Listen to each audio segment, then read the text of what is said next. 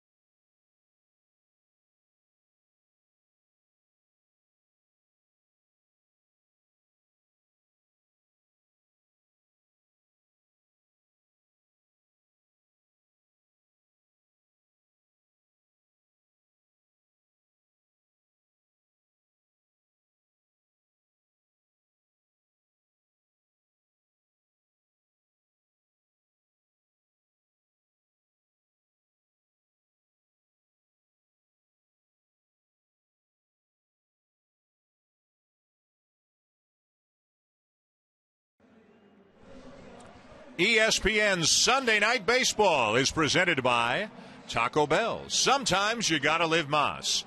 And in part by Audi, truth in engineering.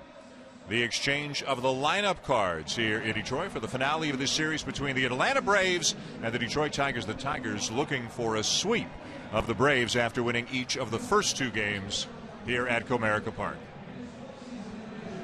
Hi, everybody. Dan Schulman, John Kruk, Oral Hershiser. A cool, damp night, but we've got baseball for you tonight here in Detroit, and that means we're going to see as lethal a 3-4 combo bulldog as there is in baseball. Starts out with the best hitter in baseball for me, Miguel Cabrera, the Triple Crown winner, but he has complete plate coverage. He hits for power and for average. He covers the ball in, he covers the ball down the middle. You throw it hard, you throw it soft, you throw it away, he will kill it.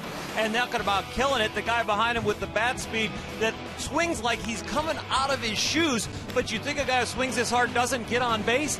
.412 last year on base percentage, second in the American League, and he's above that already this year. Freddie Gonzalez, the manager of the Atlanta Braves, does not have a combo like Jim Leland has at the 3-4 spots, but as we check out the Braves lineup tonight, brought to you by Taco Bell, we do see, Crucky, that Freddie Gonzalez has as hot a hitter and maybe as talented a hitter as there is in baseball this year. Yeah, you want to make a great impression when you first come over to a new team, and Justin Upton has done that. 12 home runs in April, but you see that graphic right there. 11 of them solo home runs. When you compare him and Miguel Cabrera has 40 at-bats with runners in scoring position this year. Justin Upton only 16 at-bats. Now, Justin Upton needs some help at the top of the lineup. We all know that. Freddie Gonzalez tonight is going with Jordan Schaefer leading off and Tyler Pasternicki hitting second, trying to jumpstart the first two guys in the order. If they get on base, Justin Upton could drive in some runs this evening, Dan. All right, Crucky, thank you. You can see how folks are bundled up here tonight, getting ready for this game in Detroit. Let's go down to the field, see how Buster Olney's making out. Buster? Dan, earlier today, I bumped into one of the Braves players when it was raining and asked him, hey, you guys going to get the game in tonight? And he looked at me like I was crazy and said, compared to the conditions we've been playing in, to his point, last weekend in Pittsburgh, they played in extreme cold. Then they went to Colorado, where they had a game Monday, snowed out. There had to be 300 tons of snow removed from the field at Coors Field. Then they played a doubleheader on Tuesday in which the temperature for the first game was 23 degrees. The temperature for the second game, 27 degrees. Right now here, it's 53 degrees, about 30 degrees warmer with a very light mist. The Braves are very ready to go, Dan. Ready for baseball. The Braves are just dying to get home. They've played 16 of their last 18 on the road. They're trying to salvage the final game of this series against a pretty tough customer on the mound for the Tigers tonight. Was great for Detroit after being acquired a couple of years ago in a trade from Seattle. Doug Fister had some injuries, still pitched well, but had some injuries last year. But Oral Fister, and I know you had a long talk with him yesterday. You like his stuff, you like his makeup. He's a tough customer out there. He sure is, and he is so athletic at 6'8" to be able to repeat his delivery and live on the edges of the strike zone. He's a ground ball artist. He can get the ground ball, but don't forget about the strikeout. But this young man makes the ball move to both sides of the plate. He will keep it down. He will elevate when he needs to. And boy, will you see a great athlete on the mound tonight.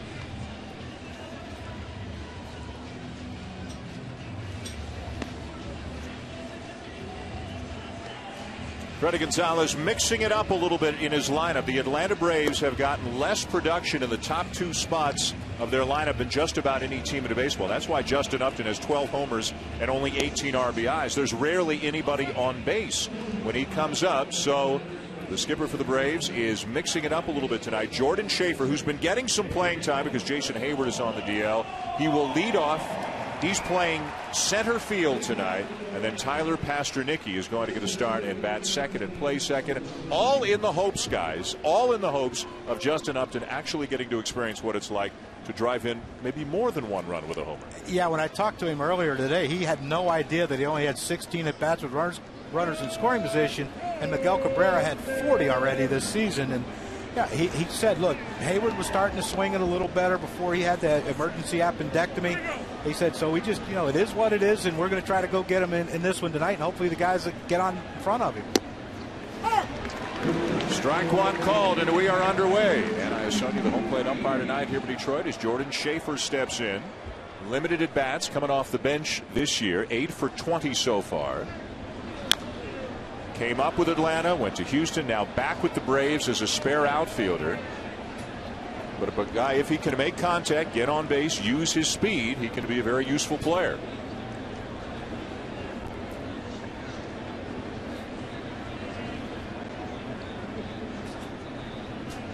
0-2 from Pfister. And that cut fastball runs inside under the hands of the left-hand hitting Schaefer. You see a 3 go down behind the plate. That's not going to be a slider when Pfister's on the mound. That's going to be a cutter. And there's a two-seamer that he brought back over the inside corner. That's his money pitch right there, and it's strike 3.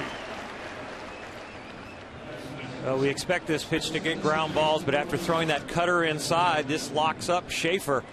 Makes it look like it's going to come in, but comes back over the corner. Really leaves it down the middle of the plate, but the pitch before it set it up visually.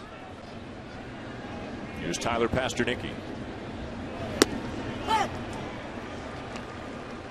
Pasternicki began last year as the starting shortstop for the Braves. Wound up down in the minors for most of the season. Now back with Atlanta as a utility infielder. Boy, Pfister's got a lot of movement on his pitches early. That ball dropped. When we talked to Jim Leland before the game, we said Doug Pfister. He immediately said the ball moves late. Outside. Just outside. And in true Jim Leland form, when I was in there talking to him, he said if it moves late, he said he's got a great chance to be great tonight. He said if it doesn't move late, a lot of barrels will be hit. Down the right field line, slicing, but a fair ball. Pasternicki on his way to second and in there with a 1-out double.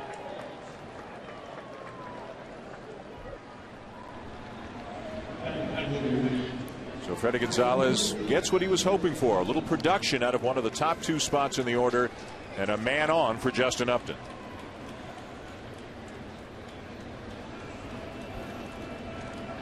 This is one of the better swings in baseball. I absolutely love this everything from his setup to his approach to his leg kick to the whole thing. And he's not a big power swing, but it's talking to the third base coach, he said it has another gear when he hits it off the barrel. What an engaging young man. Go down there in the locker room the last couple days, hanging around with him, and just the bright-eyed, just the way he looks at you and talks to you, and the work ethic and the way he thinks about the game. He could be good for a long, long time to come. And that's the thing, he's still young. And, you know, just because he got up to the big leagues at 19, he's still a young kid. He won't turn 26 until August. A couple of years ago, remember, he finished 4th in National League MVP balloting. As you can see, he has added to his totals now, getting up with a runner in scoring position for just the 17th time this year. Miguel Cabrera with more than twice as many. Upton 2 years ago with the Diamondbacks hit 31 homers, drove in 88, and stole 21 bases. The ability is obvious. Had some injuries last year. The numbers went down, and eventually wound up being traded from Arizona to Atlanta. That's the curveball at 74 miles an hour from Doug Pfister. He broke that out. Justin Upton up there will make you go to all of your arsenal as a pitcher, even this early in the game. Well, and this is what Freddy Gonzalez was hoping for with the change in the lineup, putting Pasternicki second and Schaefer first, was trying to get him at bats with runners in scoring position. Swing and a miss for strike 3. He goes fastball away, then he goes to the breaking ball, and then he finishes him off with a 2-2 changeup. So you start to 0-2. That was the best part about Doug Pfister here, setting up this at bat and getting ahead of the big hitter. Well, there's a lot of muttering by Justin Upton on his way back into the dugout. I think he was complaining about the first pitch. He said he looked like it was, he was a foot outside. Either that or he said Pfister's pitches are moving about a foot. Here's Freddie Freeman.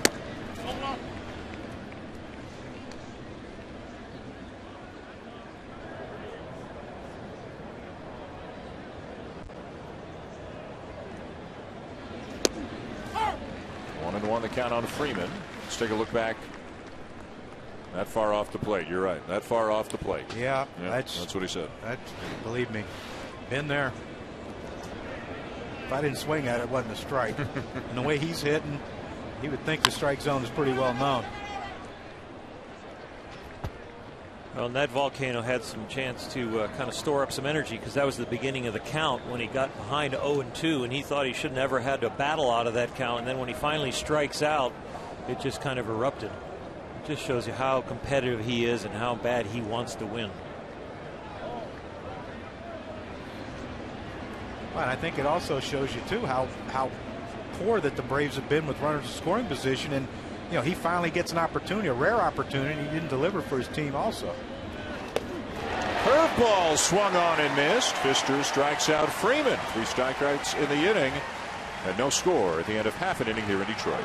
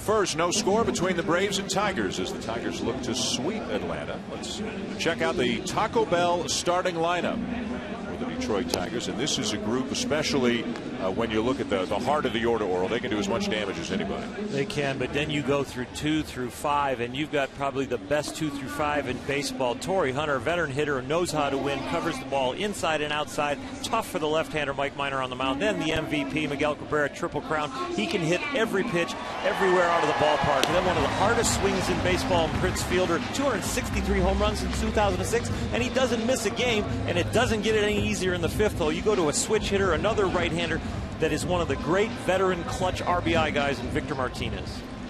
So it may be a difficult task for Minor tonight, although let's not shortchange the left-hander. Look at the numbers he's got this year. And he had an outstanding, really a sensational second half for the Braves last year. Might not quite be a household name, but he has been on a tear going back to July of last season. He's not a household name, but he's going to be. He's got great stuff. And, you know, when we talked to Freddie Gonzalez, he mentioned confidence. He now has confidence in his pitches. And, Oral, you know as much as anyone, if you believe it, it's going to happen. Yeah, he is fully invested now in his games, producing the scouting report for the Braves of how he is going to pitch the hitters. Anxious to see what he came up with for Cabrera. Well, he grew up idolizing Tom Glavine, and when he first got to the big leagues, he thought he was a fastball away changeup guy. But what he has found out that he had to pitch more inside and really understand everything about the hitters. Austin Jackson breaks his bat as he lifts a fly ball to center field. 1 down. Let's take a look now at Hot Zone, brought to you by T-Mobile. Well, if it is below 250, it's blue. If it's over 350, it's red. So you find out where they're hot and where they're cold. And Mike Minor is facing Torrey Hunter, who's hot zone against lefties since 2012 there. You see he hits all the mistakes that are up and all the way across the plate, and he loves the ball low and in. You got to go low and away to get him out. Right down the middle for a strike. Hunter leading the American League in batting right now at 380. First year with the Tigers. After 5 years with the Angels, 9 with the Twins before that. One of the tough things about going through this 2 through 5 with the Detroit Tigers is these right-handed hitters that Minor is going to face. They love the ball away, but they can handle the ball in. So since he has been successful, Minor, he's learned to pitch in. It's going to be strength against strength at times. He's got the changeup working early tonight. Well, the old conventional scouting report is hard in, soft away, and that is what Minor does. But these hitters are smart enough and veteran enough that if he lives in there too long, he'll hit him. You see Torrey Hunter already, from watching video and studying Minor and his ability to get in, already turning on that fastball in.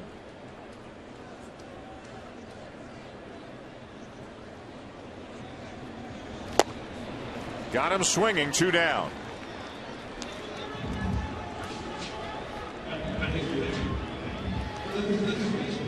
Well, the changeup away gets a lot better when you've shown the fastball in, and here's a very well executed changeup on the outer half of the plate, down and away. Remember the Torrey Hunter hot zone that we showed? That was the cold area, and it came true on that pitch.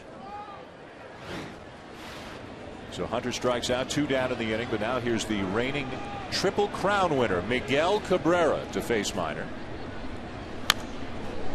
Crucky, when you watch Cabrera, I mean, you've said he's the best hitter in baseball. What makes him so special?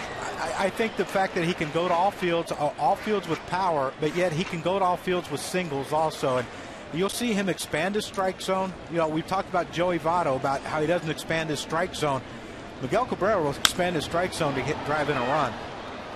Got jammed a little bit, pops it up.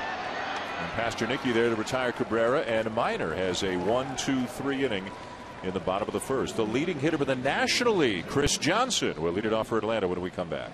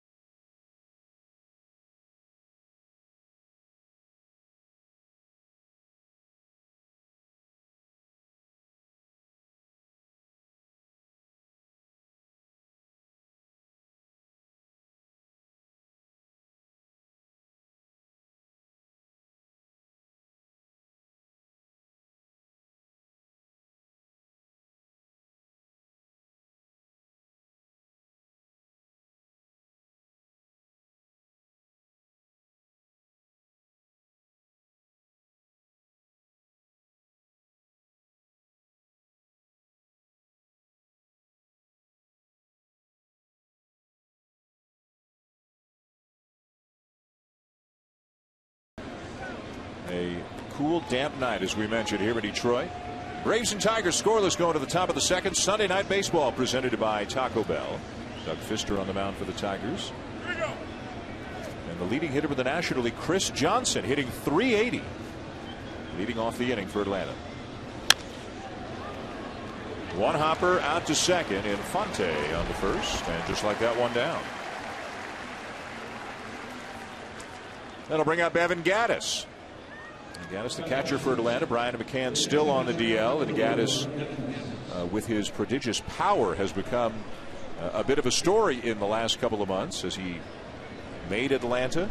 A guy who many years ago was headed to Texas A&M to play baseball, never went, wound up in rehab for a while, then got out, got his life together, wound up all kinds of odd jobs, working at a golf course, ski lift operator, janitor, decided to get back into baseball. Went to a small college, hit a ton of homers, got drafted, got in the minors with the Braves, hit a ton of homers, got an invite to spring training, hit a ton of homers, and you can see the theme. And he hit 6 this spring and made the club, and he's already got 6 here in the season.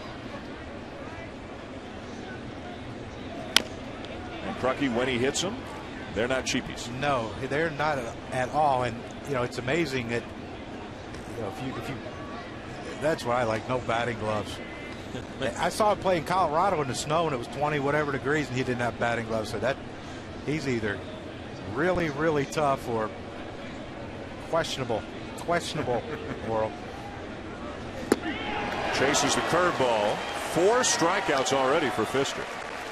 Well, to me, that's the pitch that Evan Gattis has to figure out how to put in play, or if it's a ball lay off of, because he can hit the pitch middle in, but the pitch is away, the off-speed stuff away. You see how his front hip flies out? Look at his front heel. His front heel spins out along with his heel. He has no chance of hitting that ball, and that ball covered the plate. Look at it. I mean, I've taken that swing plenty. But if he's going to be a consistent hitter, because that's where they're working him now. They're not pitching him hard in anymore. Well, they started him off hard in, but off the plate, and he decided to chase him. Had no chance of those. Actually fouled the 1 ball off his foot, and then Doug Pfister just pulled the chain on him there to finish him off. Here's Dan Uggla, DHing tonight. There's a lot of swings and misses in this lineup, and that's the problem with the Atlanta Brave lineup, is that they've got a lot of power, but they've got a lot of misses also. Raining a little bit harder right now. But to your point, Oral, there were 18 strikeouts on Friday night. Anibal Sanchez struck out 17 Braves. And then there was a strikeout of the 9th inning as well. And there were 10 more Atlanta strikeouts in yesterday's game as Uggla hits a bullet foul down the left field line. And they've already struck out 4 times in this game. So already 32 strikeouts for Freddie Gonzalez's Braves so far in this series. Time to check out Do More, presented by Safeco. They have struck out more than any other team in the National League. They've got a lot of power, but as you guys said, there's a lot of swings and misses, and the Tiger pitching staff gets a lot of strikeouts, so it's kind of the worlds colliding in a bad way here for Atlanta this weekend. Just outside full count. Well, when it's going good, when they're hitting home runs, this is a fun team to watch, but when it's not and pitchers are pitching them correctly, they're going to have a lot of games where they get shut out and have high strikeouts. Uggla strikes out 5 through 2 for Pfister. And Prince Fielder's going to lead off the bottom of the 2nd for Detroit.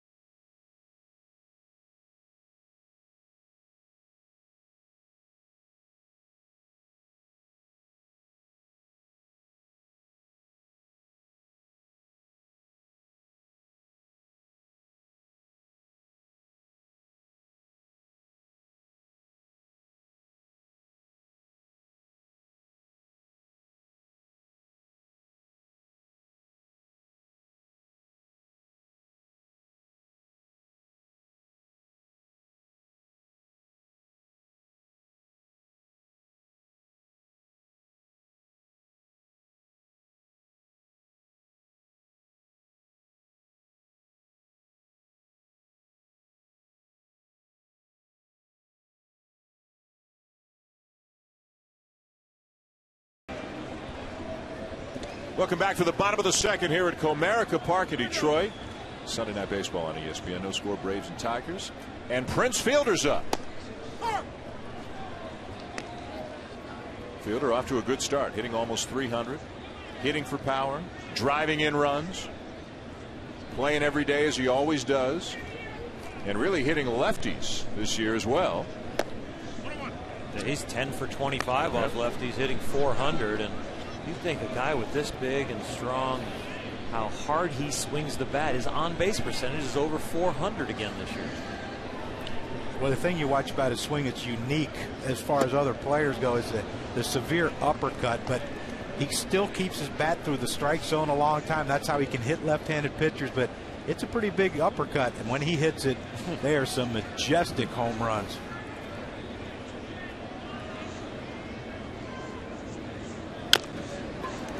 Chopper right side. Minor will put the tag on Fielder for the out.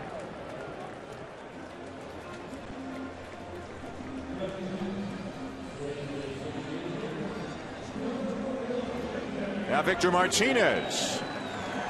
To a bit of a slow start, although the bat's coming around the last couple of days, but this is a proven run producer. He sure is, and as a switch hitter from the right side, he has been tough on lefties since he got to the big leagues. Back to 2011, because he missed most of last year. You see, he covers that low and away changeup in that hot zone, the red area, and then he covers the ball in for a strike.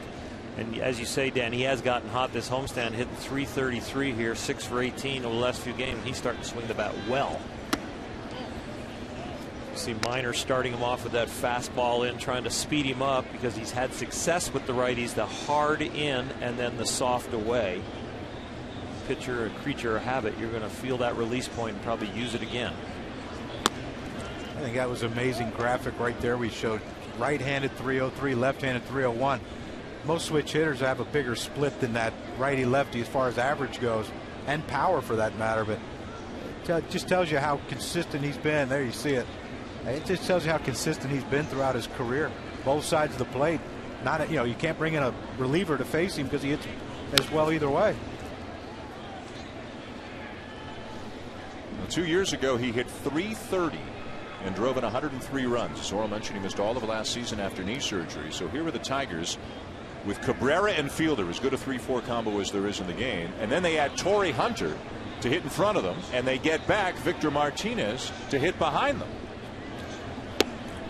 I mean, you remember Chipper Jones early in his career, and even most of his career, late in the game, manager would bring in a lefty to force him to hit right-handed because he didn't hit for his high average right hands. He did left. Power numbers weren't the same, but this guy here is pretty good both ways. Sharply hit down to third, backhanded by Johnson, 2 down.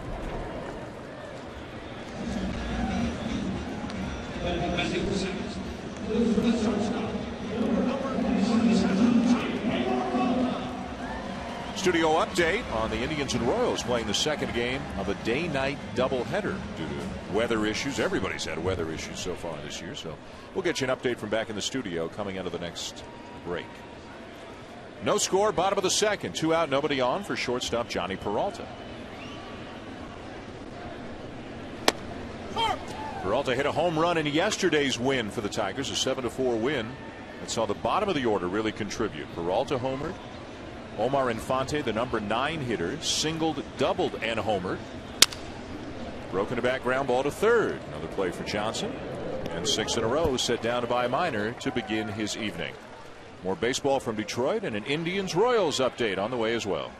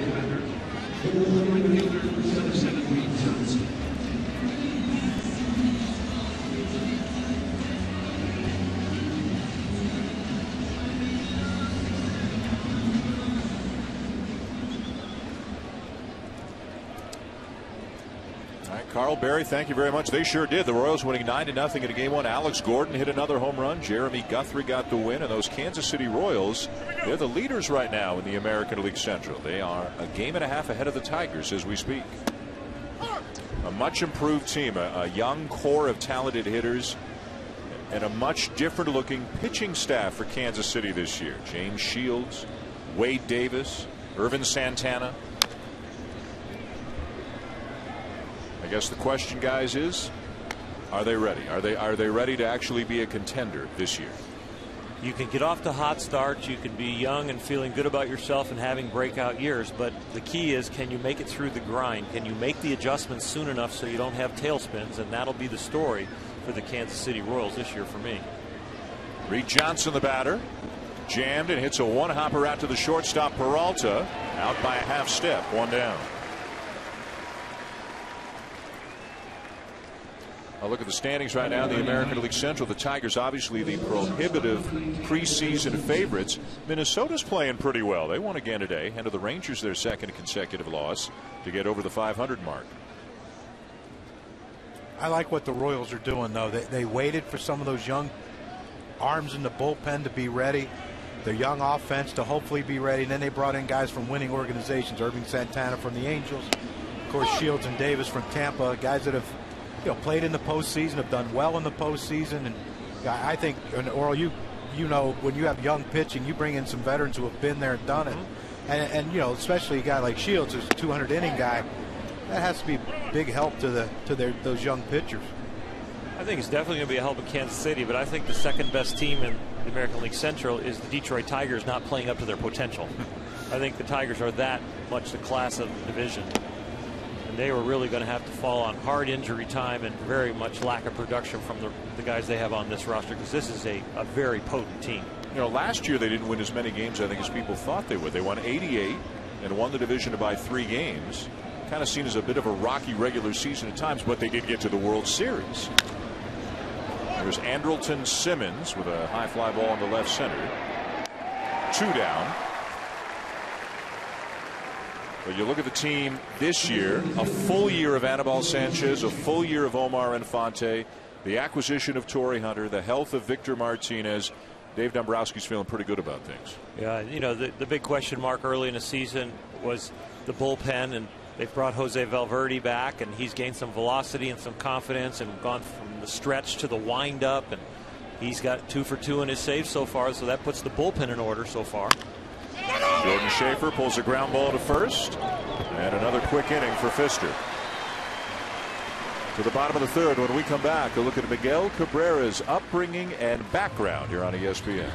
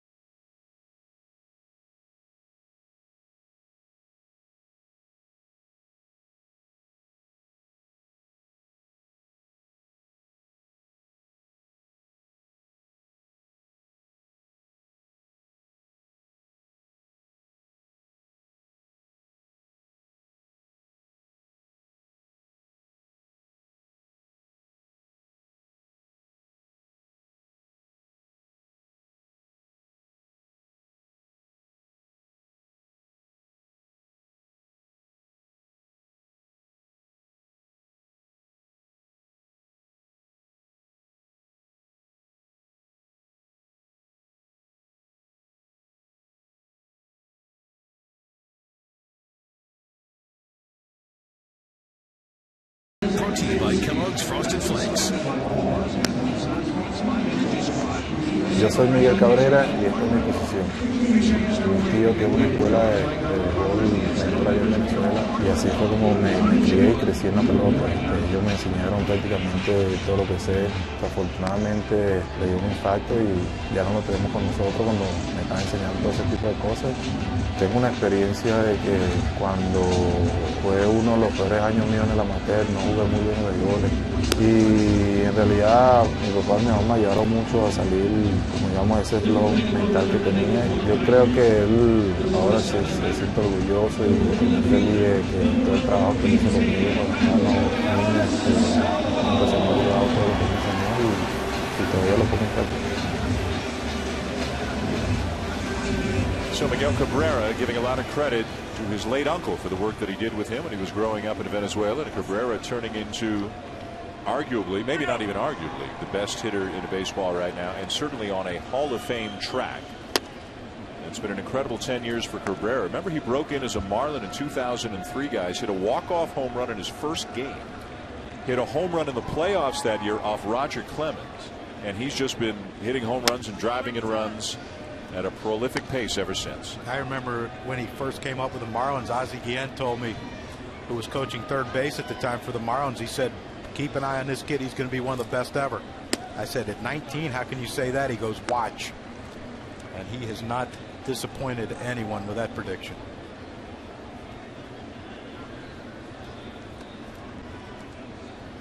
Matt Tuiasosopo is the batter. Hits a bullet to center field. Schaefer back to make the catch. One down. Well, Miguel Cabrera just turned 30 10 days ago. 1,800 hits and 300 homers before the age of 30 is a pretty select group. And you got to figure if he's healthy over the next 8-9 years, he's going to go down as one of the very best hitters in baseball history. And it's not like he's played in great parks for hitters either. Either one of his two home parks. They've both been pitchers' parks. Doesn't seem to matter. Well, he makes a lot of parks kind of tiny. To all fields. Brian Pena getting a start behind the plate for the Tigers tonight. Alex Avila getting the night off. Pena, a former Brave.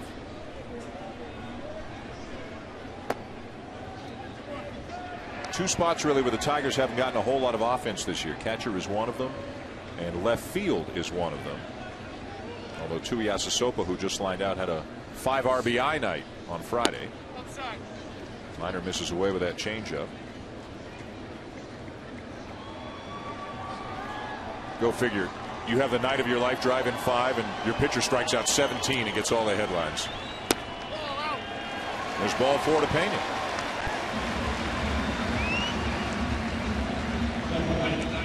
Well, you'll see more of the Atlanta Braves here on ESPN this week. A National League East Division rivalry between the Braves and the Washington Nationals on Monday Night Baseball and again on Wednesday Night Baseball. Tonight, by the way, marking the 1-year anniversary of Bryce Harper making his Major League debut. Not to mention Mike Trout. Same day they came up last year. Nationals Braves starting a big series. Atlanta finally getting home. This is the end of a 10-game road trip. And they get to go home weary, struggling to face Steven Strasburg, Gio Gonzalez, and Jordan Zimmerman. Go get them, boys.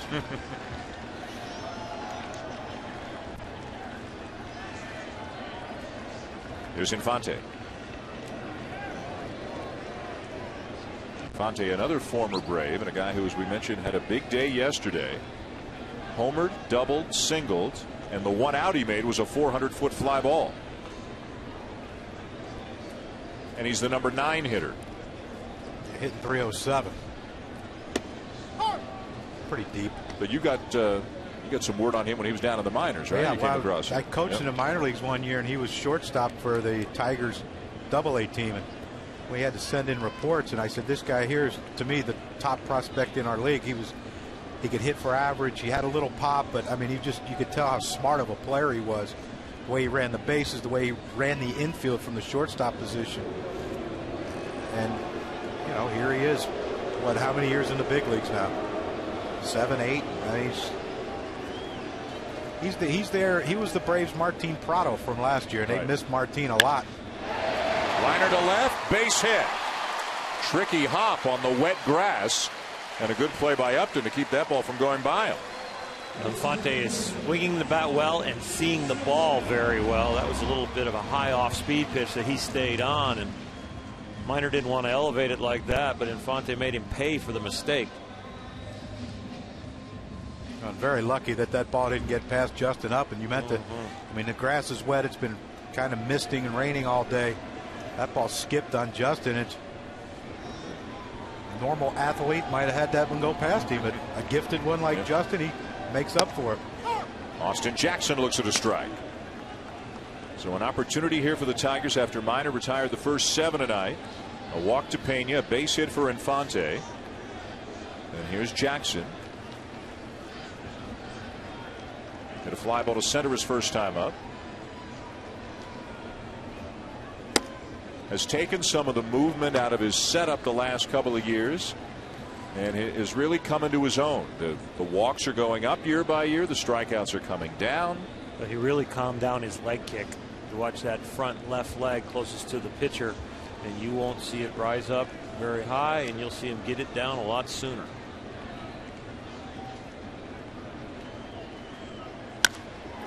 High fly ball to deep left.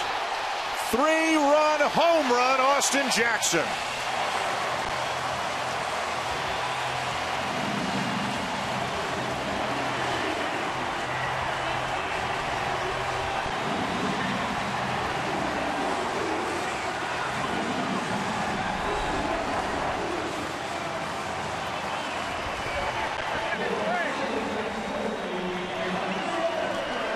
Mention how wide his stance is, how spread out he is.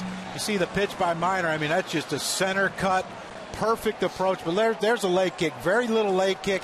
He gets to see the ball longer. He can wait on balls longer. And that was just a beautiful, straight off the barrel home run by Austin Jackson. And all this stuff started with the walk of Brian Pena because Minor hadn't had the pitch from the stretch yet. But look at that swing.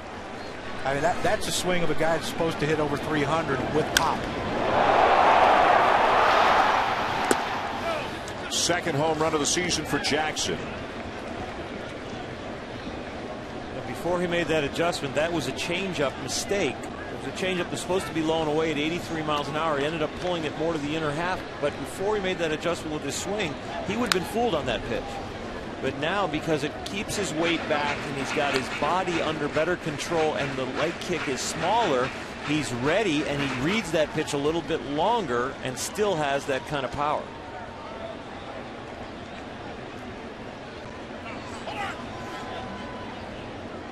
If the leg kick is high and the eyes are moving and the weight shift is greater, then he is committed earlier and he probably gets fooled.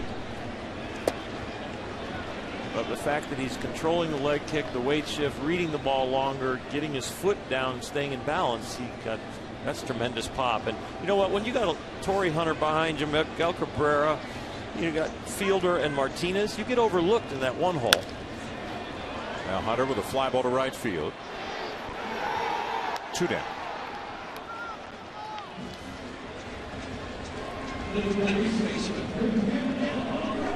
Miguel Cabrera. With these top 5 hitters, Jackson, Hunter, Cabrera, Fielder, Martinez, each of them in their last season, and for Victor Martinez that's 2011 because of the injury, each of them hit 300 or better in their last season. There are going to be a lot of guys scoring 100+ runs on this team this year, you would think.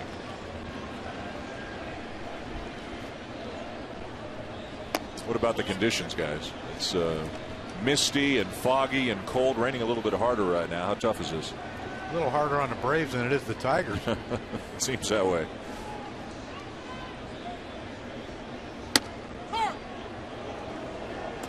I mean, Mike Minor hasn't given up a hit yet out of the stretch, or out of the windup. We got to the stretch, he couldn't get anyone out.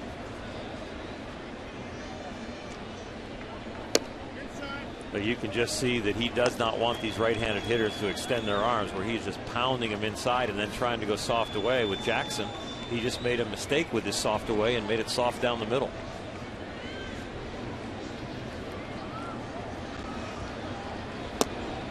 Goes to the breaking ball there, and he gets a called strike.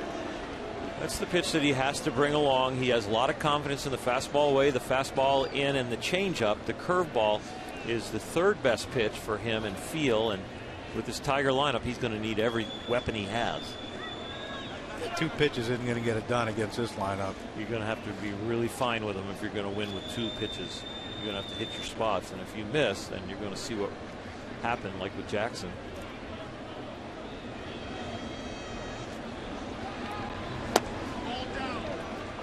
Low, and it's a full count on Cabrera. But Orel, after he walked Pena, he gave up a hard hit ball by Infante for the single to left, then another hard hit ball, of course, the home run by Jackson. Now that he's got back to the windup, he gets a weak fly ball to right. Now he's got strikes out Miguel Cabrera. And back to that breaking ball again to get Cabrera, but not before Austin Jackson lights him up for no doubt about a 3-run homer. The Tigers lead, but the Major League home run leaders due up next half.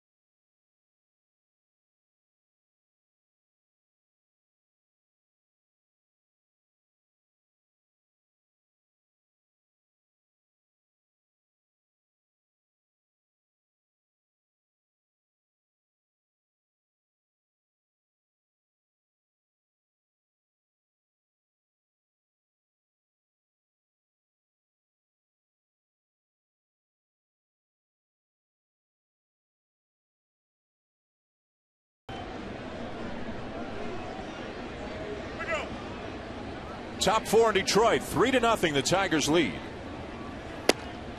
And the ball went inside to Tyler Pasternicki. The runs for the Tigers, if you missed it, coming on a home run in the bottom half of the third by that man right there, Austin Jackson, his second of the season.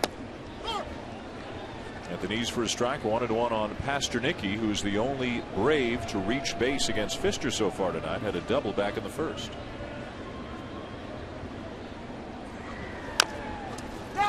And you can see, Orel, from the way Pfister looks in to the plate, everything's happening quickly. If he shakes off the catcher, it's very quick. He's got a pitch in his mind. He knows what he wants, and he's really in charge out there. Yeah, he does not go to the scouting report. He goes on what he feels and what's working best for him. He goes with his strength, not the hitter's weakness. He feels like every one of his pitches is a very good pitch. And he will throw any pitch in any count. He has such great feel, and it's amazing to me for a guy that's 6'8". You talk about 6'8", you think about a lever system. He must throw hard and not have good control. Well, this guy's pinpoint. That's where he wants that fastball, running it in on the hands of the right-handed batters. I think he's losing it myself. He didn't strike out any last inning. Struck out 3 in the first, struck out 2 in the second. Not known as a big strikeout guy, but he's had his moments. We'll tell you about that when we can. He struck out 9 consecutive batters last September against Kansas City. That's an all-time American League record for a guy known as a sinker ball, ground ball pitcher.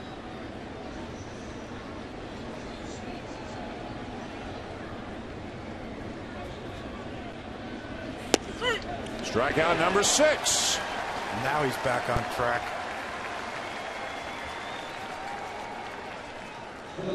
I tell you what, Dan, the last at bat, there's some energy coming up to the plate right now with Justin Upton. He thought he got in trouble right with this second pitch. He thinks it's a ball. K-Zone has it a ball. He went fastball in, fastball away again, and then Doug Fister throws him the curveball. He slowed him down, but then he throws him a changeup. Because of that fastball away, Justin got so mad it made him chase that changeup. So he said it was a foot off the plate. Well, it probably visually looked the foot off the plate until that late break, but it never made it back as far as K-Zone. So when Justin got to that last changeup he struck out on, he felt he committed to that pitch because of that 0-1 fastball. You know, Braves hitters on Friday night after Anibal Sanchez struck out 17 were saying he was throwing all of his pitches exactly where he wanted. One at bat, he was a fastball slider guy. The next at bat, he was a curveball changeup guy. I wonder if they're having a sense of deja vu here tonight as Fister now falls behind 3-0. But he's spotting the fastball. He's used the changeup, and he's thrown 3 or 4 really nasty curveballs already tonight as well. He uses the edge of the plate very, very well, and he's got the Justin Upton, you're not going to beat me going now right now. Even a 3-0 fastball, that's a quality pitch right there. He took a little off. The BP fastball. Yep. But he still had the good movement to it.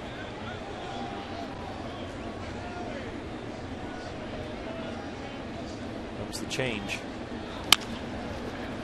And a base hit up the middle.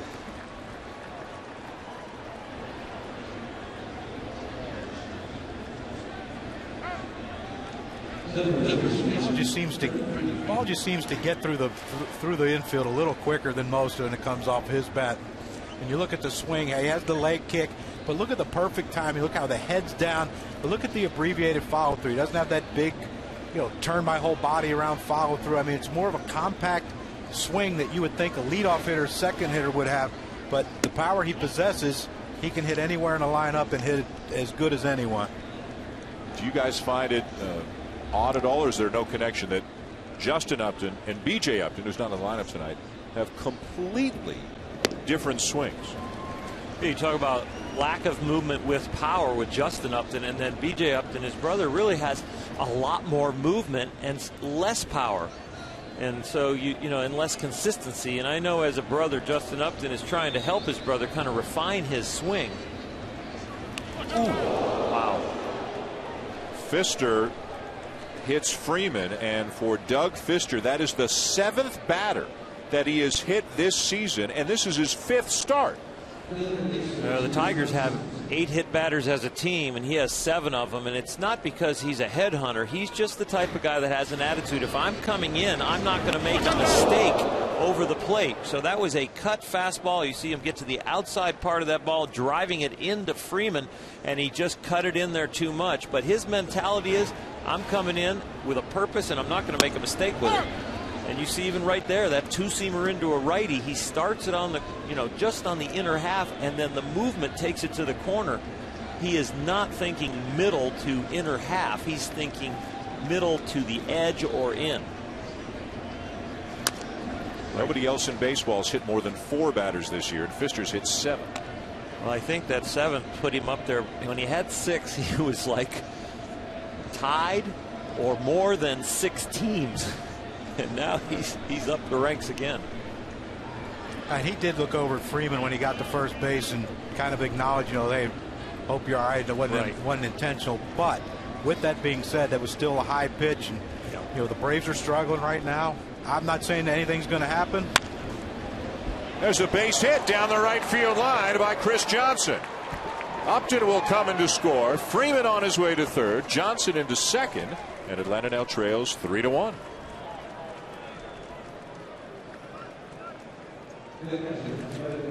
Well, there's a reason why he's came into this game hitting 380, and this is just a perfect pitch. I mean, Fister was pitching him in the first couple pitches. So Johnson inside outs one to right field. Prince is playing off the line because Johnson has a tendency to pull the ball, but this pitch is in. And as a first baseman, you're not expecting a pitch in to be hit your way. And Johnson just slices one down that line for a double and an RBI, and the Braves are in business. Second and third, 1 out. And the batter is Evan Gattis, who struck out on a breaking ball his first time up.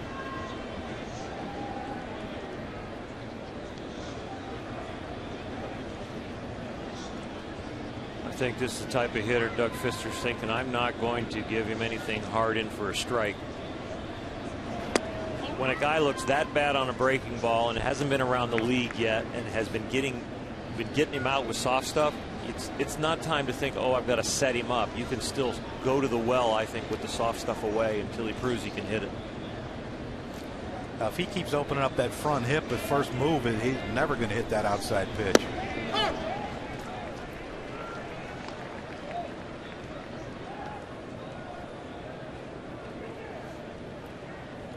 We've seen Gaddis turn around a Steven Strasburg fastball up and in, so if he can turn around that one, he can turn around anybody's. And a base hit through the right side. Another run in for Atlanta. Fister's getting his ground balls, guys, but they're finding holes right now, and it's 3-2. I disagree with the pitch selection right there. He came in there twice out of 3 pitches with his fastball in. He gives up a base hit. I know it finds a hole, but I think Doug Fister would have had more success staying soft with him. Jeff Jones about to make a visit out there, maybe give him a little breather, but here's that fastball in that we know Gaddis can handle. He doesn't hit it real well, but he gets the barrel on it, and that's a lot different than swinging and missing at a curveball in the dirt. He gets a chance to get a hit, and he gets one. Orel talked about the home run that Evan Gaddis hit off Steven Strasburg. That came back on April the 13th. Get a look at this pitch. It's 96 miles an hour. Look where it is. Up above the letters, and he tomahawks it out. A home run that just about everybody. You look at Strasburg saying, how do you hit that ball? Let's go down to Buster. You're exactly right, guys. And Evan Gaddis, of course, an incredible journey through the big leagues, to the big leagues this time, bouncing around from job to job to job. And what you've heard from scouts is they do think that as time goes on, he's going to be pitched soft away more and more. And one of the issues for Atlanta guys is when Brian McCann comes back, and that could happen within a couple of weeks, what happens with Gaddis? Does he catch once or twice a week? There's Ugla with a check swing roller to short, to second one, on to first. A wide throw by Infante. Should have been an inning-ending double play, but instead a run scores and the inning continues.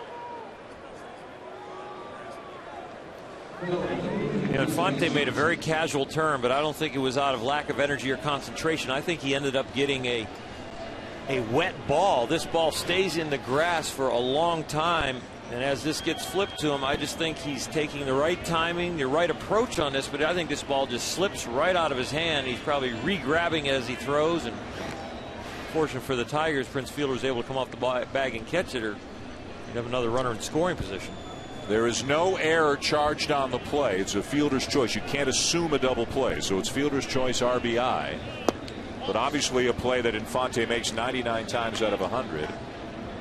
And Detroit, it's funny, you look at the stats, they've got the fewest errors of any team in a baseball, but the general consensus is they're not a good defensive team. They don't have much range at all.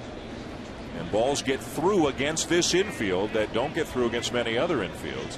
Now that's a different case. That's just a wet ball slipping out of his hand, but still a play that should have been made, and it's already cost the Tigers a run. They're a step and a dive with Cabrera at third, the same with Prince Fielder on the corners. And then you go up the middle with Peralta, who's solid and consistent but not rangy, and Infante, who can do most anything. Johnny Peralta right there for me, when he came over to the Tigers, was a question mark defensively as far as consistency and range, and he has really made himself, I think, into a solid everyday shortstop, a championship caliber shortstop. 1-2 the count on Reed Johnson.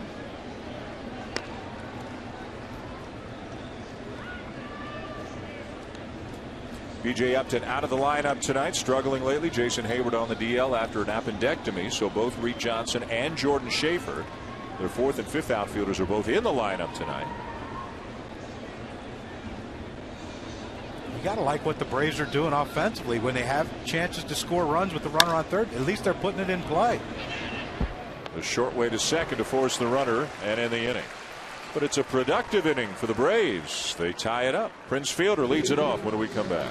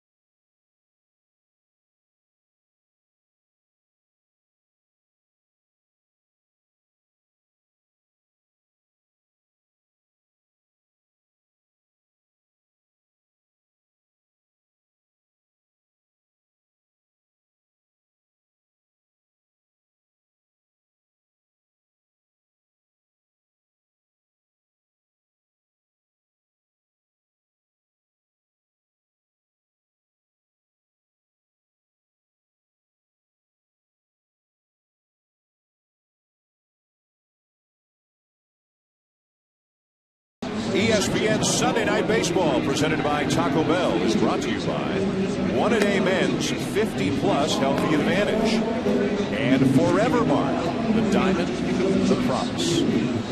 We are tied at 3 here on Sunday Night Baseball. The Braves and the Tigers from American Park. Down to the field now. Time to get some FaceTime with Atlanta manager Fredi Gonzalez. Brought to you by Edward Jones. Freddie, what do you like about the adjustments you're seeing your hitters making against Doug Fister? Well, you know, they're letting the ball travel. A couple guys got jammed, and that's a good sign. You know, CJ, we finally bought a ball down the line with some people on base, and he's throwing some stuff off speed. He threw a 3-0 changeup to Justin, and a 3-1 changeup, and he hit the ball up the middle. I like when our hitters are hitting the ball up the middle. That means they're letting the ball travel, and you know, we're not getting fooled out with a breaking ball right now. Mike Minor got off to a great start, but then guys got on base. How much of a difference did it make that he had to work from the stretch? Well, I don't know if there's a big difference or not, but his job right now is to get us back in here, get a shutdown inning, which Fisher didn't do. We scored 3 to tie the game. Now he needs to get us back in his dugout, and for us to keep swinging the bat. Freddie, thanks. I'm Freddie and Buster, thanks. Braving the elements down there at field level as Fielder fouls one back. 1 ball, 2 strikes. Prince grounded out 1 unassisted his first time up. Little roller up the first baseline that Minor grabbed and tagged him out on.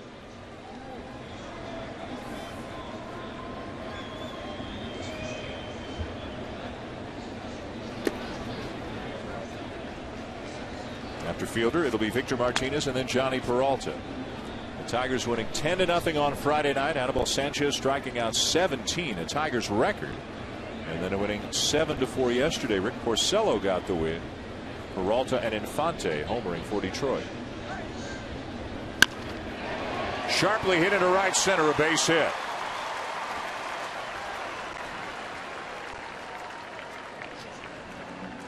Well, we heard the phrase shutdown inning when Buster interviewed Fredi Gonzalez, and Fredi told us before the game, part of the development of Minor has been those innings that are traditionally tough on starting pitchers. Maybe the first, maybe the 5th, when you know you've got a chance to get a win, or when your team gets you back into the game. Can you get back into the dugout again without giving up some runs? Fredi Gonzalez thinks this is a big inning for Mike Minor. It sure is. 25-year-old that's really only have his 58th start in the big leagues, and you have these different hurdles that young starters have to go through.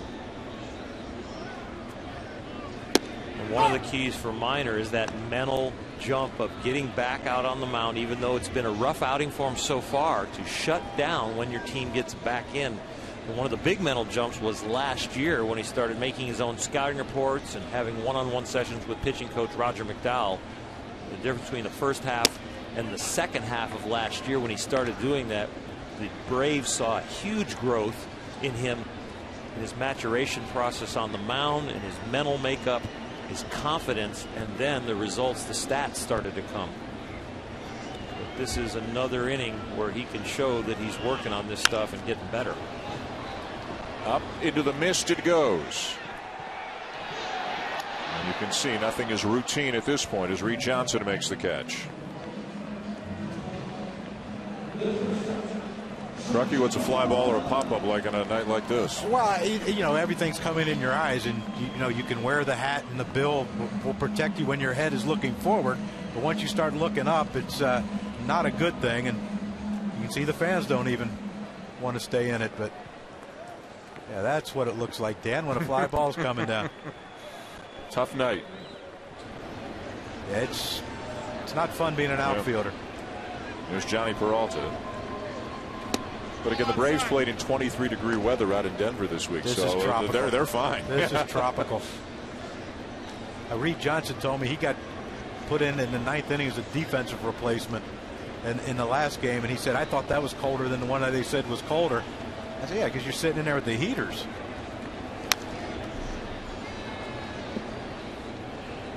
Part of the problem when you have teams playing in ballparks where they're not going to go the rest of the season, and that's obviously the case between these two teams. It's an interleague series. You want to get the games in. You don't want to have to go back and play again on a mutual off day at some point later in the season. If you're playing a team in your own division and the weather's bad, you got another shot at it later on. But obviously they want to try to do everything they can to get this game in tonight. Yeah, and you know, the Braves, I'm sure, aren't real happy being put on a Sunday night. You know, they have the game tomorrow at home. Yeah, they figured, we'd get home early if we played a day game. But when I mentioned to some of their coaches today that, if this would have been a day game, you might have got rained out because of how bad it was earlier. Swing and a miss by Peralta, 2 down. And then they came around to our side of it, Dan, where this is the best thing for them. We're glad you talked them into it. Convinced them this was a good idea. Yeah. I'm sure right now they're sitting in there thinking maybe not, but doing anything they can to stay warm and anything they can to stay dry. That's Jim Leyland going down there by the heater at the end of the dugout. Pfister spending a little time inside, now making his way back onto the bench with 2 outs in the inning. And Matt Tuiasosopo is the batter. Interesting story about him. He was with the Mets AAA affiliate last year. He himself sent emails out to about 20 general managers during the offseason, basically saying, I think I'm a good fit for your team. I can hit lefties and I can play a number of different positions. I've looked over your roster and I think there's a fit between me and your team. Said he got about 6 or 7 responses. The Tigers were the first team to call. Dave Dombrowski, the president and GM, handed it off to Al Avila, the assistant GM. And they made a deal. Just by him emailing general managers saying, I think I've got something to offer. There's Al Avila, who did the deal with Tuiasosopo. And he was still under contract with the Mets? No, he was already done. It was after last season. I was going to say that. He wasn't tampering for himself. That's against the rules, Crunky. Well, hey, if you're in the minor leagues long enough, nothing's against the rules. That's beautiful. That's what he said. He said, I can help you against lefties. Well, you have that huge hole open between first and second with Freeman having to hold on Prince Fielder and Tuiasosopo. That's the thing. If you can do this, you can stay around. If you're just a slugger, and sometimes the slugging goes into slumps, but if you can do this, you're going to hit for a good average. You're going to be a valuable asset to a team because now Jim Leyland's going to say, you know what? Let's see, Torrey Hunter needs a day off. Now we can put Tuiasosopo hitting second. He can hit the ball in the hole, hit behind runners, move runners. Valuable asset to have on your team, a guy that can hit the ball at all fields. So 2 out, 2 on now for Brian Pena. Inning over. End of 4. Mike Minor gets through that shutdown inning. This game's still tied.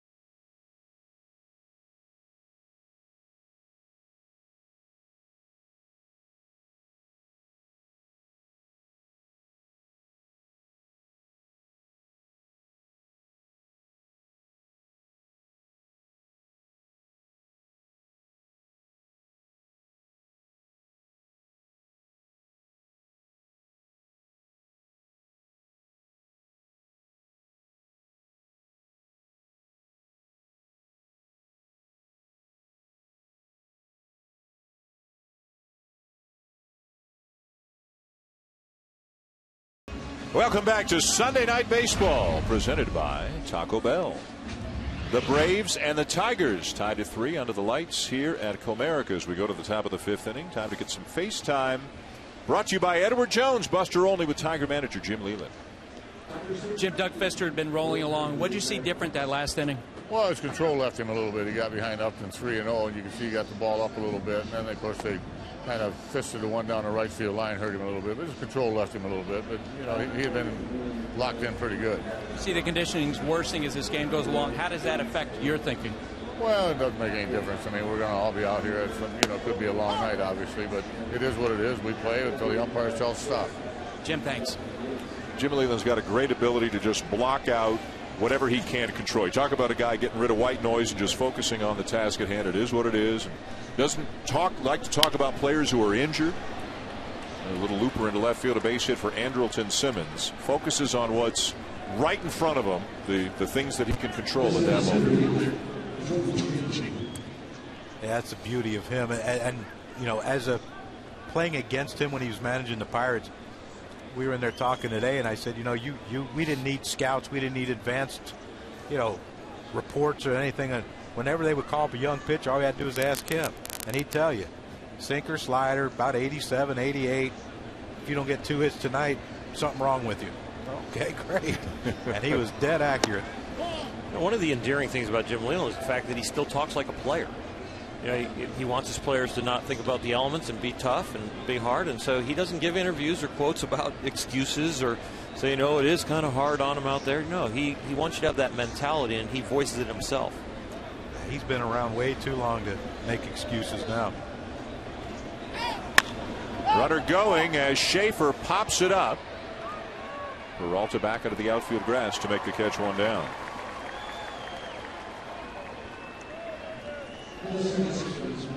The dugouts here, you have protection when you're in the deep part of the dugout. When you're out there on the front, the coaches and the manager, Jeff Jones, the pitching coach, and Jim Leland with the hoodie on there. Players got to be out there, so we will be too. Relaying some signs out to the catcher Pena with 1 on, 1 out, and a curveball missing. High ball 1 out to Tyler Pasternicki, who has doubled and struck out tonight.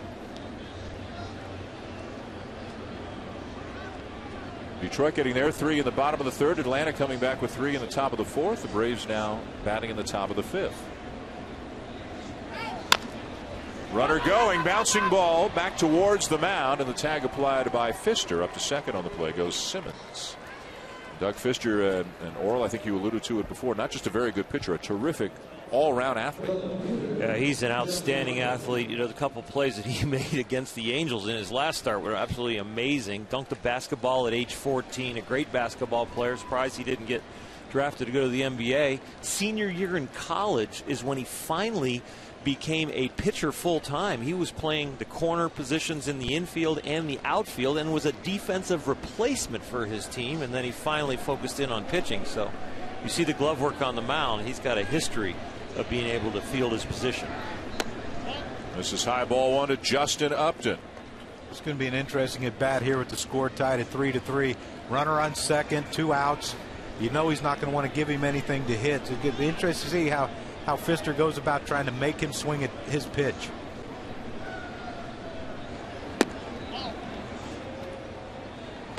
I love it.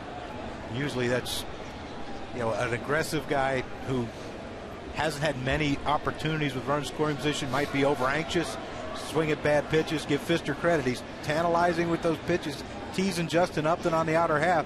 He's not giving in yet. Now if you're Justin, you set off speed. And he hit another one. Second of the night, 8th hit batter of the season already for Doug Fister. And you can see again, he didn't want to hit him, but he was not going to make a mistake. You know, Crucky was guessing soft away, and Fister said, I'm not going to go soft away, but I am going to come in, but I'm not going to make a mistake on the plate to this guy. So I'm going hard in with a 2-seamer, and if I run it in there and he can't get out of the way, that's just part of the game in Doug Fister's mind. And when you have a guy that's thrown a lot of off-speed pitches away to Justin Upton, that pitch takes you by surprise and it catches you before you can get out of the way. So Upton at first. Simmons is at second, 2 down, and an opportunity for Freddie Freeman.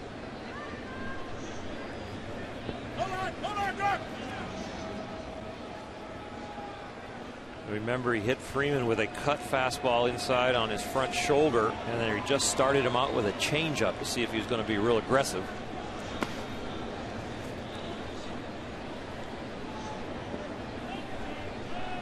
The mentality here for Doug Fister is Freddie Freeman has a lot of adrenaline from getting hit. He wants to drive these runs in because he's in a tie game, and he also wants to cause some pain to Doug Fister because he caused him some pain. So Fister's thinking he wants to hit so bad, I'm going to throw him soft and then soft again. And he threw a third one in a row. Changeup, curveball, changeup, thinking Freeman is not going to be disciplined. He's going to get himself out.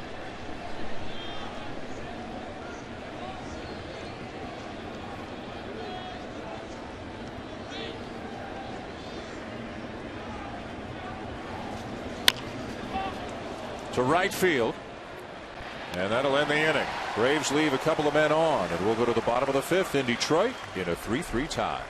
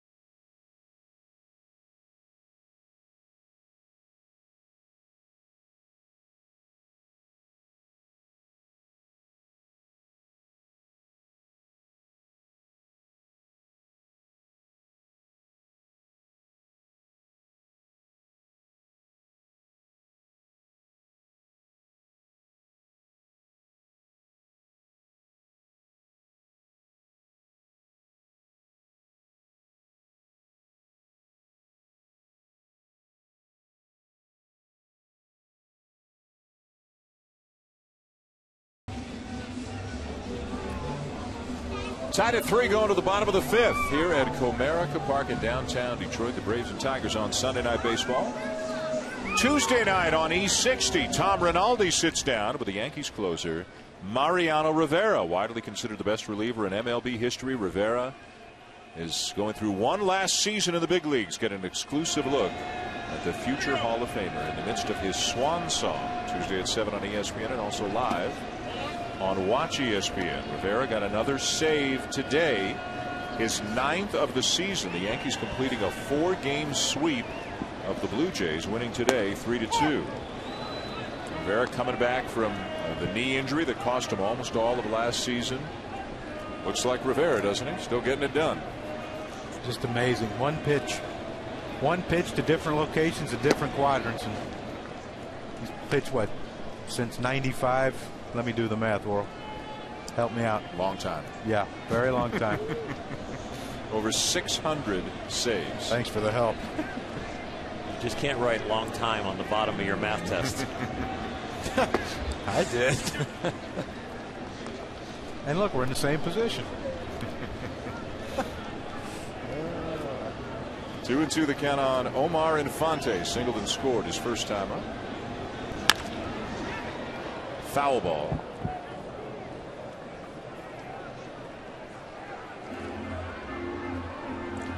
The great thing about Omar Infante, like right now, he is cutting the bat loose. This is some great bat speed for him, but he knows himself so well. If he was slumping or out of it, he'd be trying to deflect the ball over there right field and just put it in play. But right now he's seeing it good, he's swinging good. He strikes out there, but he feels very confident about the way he is coming up to the plate with his approach. Number 4 for Minor. And now here comes the man responsible for the offense tonight for the Tigers, Austin Jackson, with a 3-run homer back in the 3rd.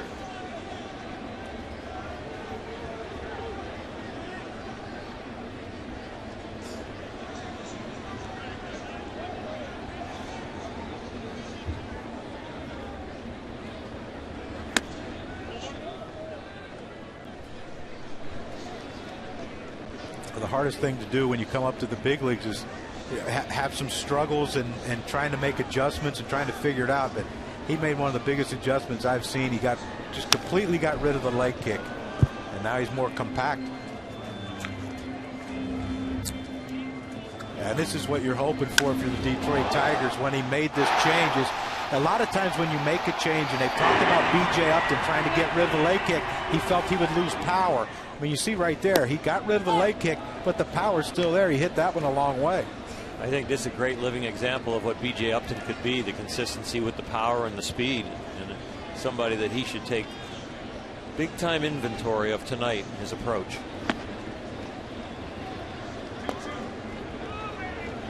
I mean, both guys, Jackson and B.J. Upton, are both great athletes. And if you're a great athlete, you should be able to make that adjustment pretty easily, I would think. And Jackson did. And, hopefully the Braves, B.J. can do it too. But it's not just the ability to make the adjustment, it's the willingness to make the adjustment. Right? Yeah, and a lot of like they said, they were talking. I was talking today to some of the coaches. They said he will do it in BP, and he'll take a good BP, and then if he takes it into the game and he doesn't have immediate success, then he backs off of it. Strike 3 call, 2 down. Let's go down to Buster Olney. Guys, we hear about teams recruiting players all the time. How about a player recruiting a team? That's what Torrey Hunter did when, through his agent Larry Reynolds, he reached out to Dave Dombrowski, the Tigers general manager, and basically said to him early last offseason, look, I want to play for you. The Tigers were concerned about whether or not Hunter would eventually sign with the Rangers, but they worked out a deal. Part of the reason why Torrey wanted to play in this area was because his son, Torrey Jr., has committed to play football at Notre Dame. Torrey told me that when he gets chances, he's going to go to Notre Dame as often as he can during the summer after his son goes to school. Yeah, about a 3-hour drive, maybe a little bit more than that, from Detroit to South Bend. And the Tigers getting guys, not only a really good player, but just a great guy in the clubhouse. Great teammate. Yeah, unbelievable teammate. And you'd never hear anybody when he was in Minnesota and the Angels, no one's ever said, anything negative whatsoever about Torrey. And yeah, the thing about this Tigers team is last year when you go in the clubhouse, they were more businesslike, and they still are. But he brings a little bit of levity to this team with his infectious smile and his high energy. Reed Johnson into foul territory to make the catch, and that'll end the inning as Hunter is retired. Pre-game here in Detroit, exchanging some pleasantries with Justin Upton of the Braves. These two teams tied at 3.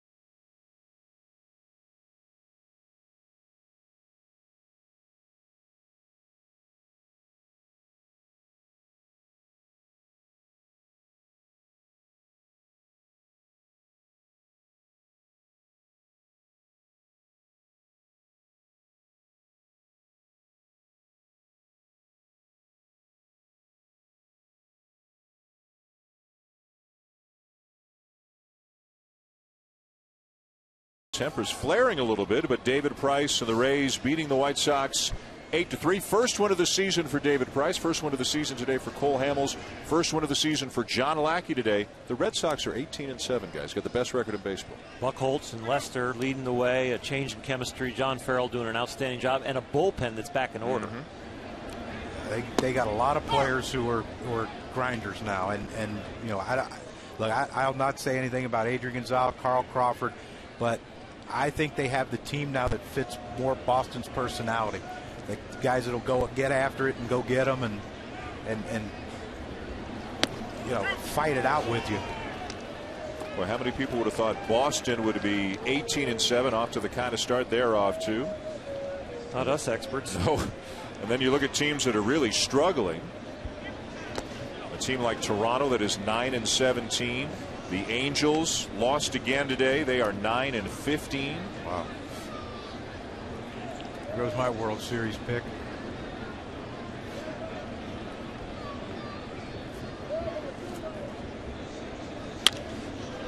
Base hit left center. Chris Johnson, leading hitter in the National League, is now 2 for 3. And that'll bring up Evan Gattis, a strikeout and an RBI single tonight. We mentioned some of the odd jobs that he took between leaving baseball and deciding to get back into baseball. Valley parking attendant, ski lift operator, a janitor, worked at a golf course as well, then decided to give baseball another try. And aren't the Braves happy that he did? I'd like to have that brute riding out to you and say, hey, your group's playing a little slow. Let's speed it up. 6'4", yeah, 6'4", 230. He's a big one. A big guy who stands in a deep crouch at the plate.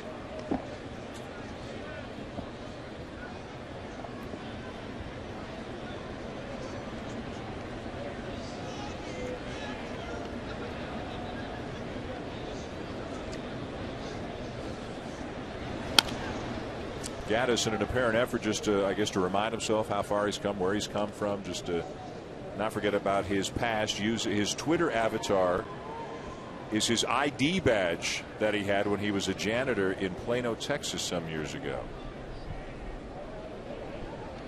He has traveled the country. He's done a lot of different things. And he's back in baseball. He's cleaned the beard up to a goatee.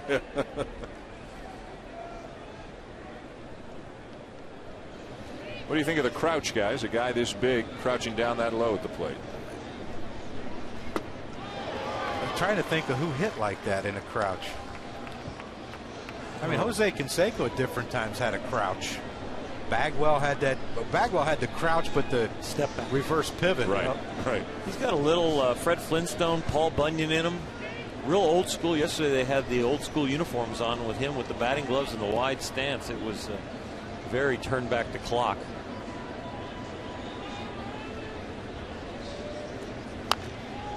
He's just going to keep getting that curveball from Doug Fister until he proves he can hit it. But he's really not picking it up at all. Crucky, you talk better about it than me, but the way he's lunging at it right now, he is not seeing it out of Doug Fister's hand.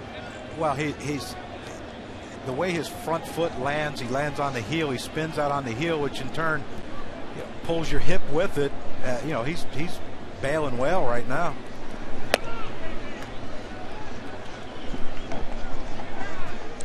Has played a little left field, a little first base. May get some opportunities there once Brian McCann comes back, just to try to keep his bat in the lineup from time to time.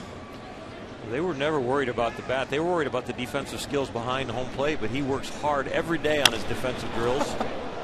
Boy, he's quick on the fastball in, isn't he? He can hit that one. He upper decked that one about 200 feet foul. I guarantee you the people who set up there never dreamt they would get a ball. They probably think we will be left alone tonight in the rain. But he still blocks balls every day, even though they're out of spring training, works on receiving the ball. Caught by Fister. Ran that fastball up and in on him. Let's go down to Buster. Guys, the reason why he was doing all those odd jobs is because, as he told me, he was dealing with anxiety and depression as he left high school. He actually turned down a scholarship offer to go to Texas A&M. He simply didn't like baseball. And then after being away for 4 years, he discovered that he wanted to play again. He wound up being drafted in the 23rd round. Freddie Gonzalez told me yesterday that when he played winter ball and he came back and they asked him his experience, he said he loved it, which you rarely hear from players these days. What was his nickname down there? El Oso Blanco, the White Bear was his nickname, playing winter ball in Venezuela. That fits.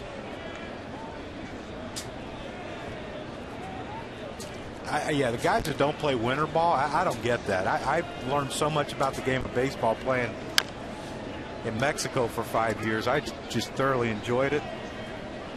Learned a lot of baseball.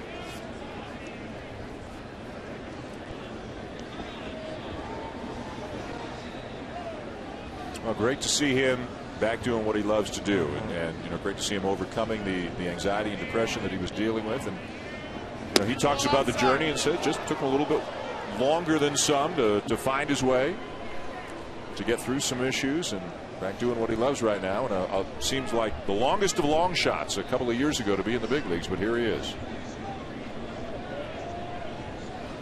And Freddie Gonzalez talks about, we have to remember that he's 27 years old, and when he takes an 0 for 10, he's been through so many issues in his life already. It's not a big depressing thing for him to struggle in baseball. He's cleared a lot bigger hurdles in life.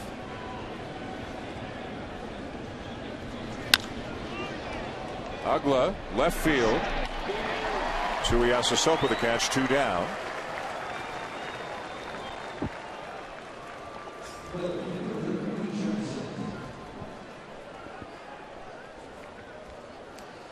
Major League Baseball and People magazine are looking to honor our nation's veterans and military service members. 30 of them, one for each MLB team, will be saluted at the 2013 All-Star Game. To nominate, go to tributeforheroes.com. 2 down for Reed Johnson, 0 for 2. Trying to bunt his way aboard. Johnson was walking around in the clubhouse yesterday in a T-shirt that said "Suffer in Silence." So we asked him where'd that T-shirt come from. He said, "I gave one to everybody on the team." He said, "It's a long season. You spent a lot of time together. Everybody's dealing with something." He said, "Deal with what you got to deal with. Go out and play baseball. No excuses." And not an everyday guy, but a guy. You said the word grinder before, correct? Yeah. This is a grinder right here. And he's a great hitter against left-handed pitching, which, of course, Fister's not tonight, but Freddie's trying to do anything to jumpstart the offense. But, yeah, he's a guy you'd love on your team. I mean, not many guys who's played as long as Reed Johnson has would welcome going into the 9th inning when it's snowing and 27 degrees for defense. That phrase in the shirt that he made up shows his character. That's the way he is. Yep. He's a solid guy. Al Albuquerque, throwing the ball extremely well this year, is up in the pen.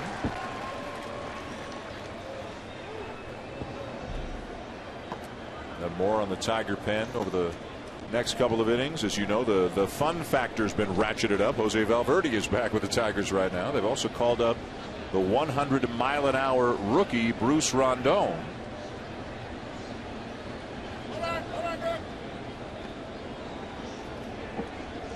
Fister at 95 pitches right now, trying to take care of the Braves here in the 6th inning.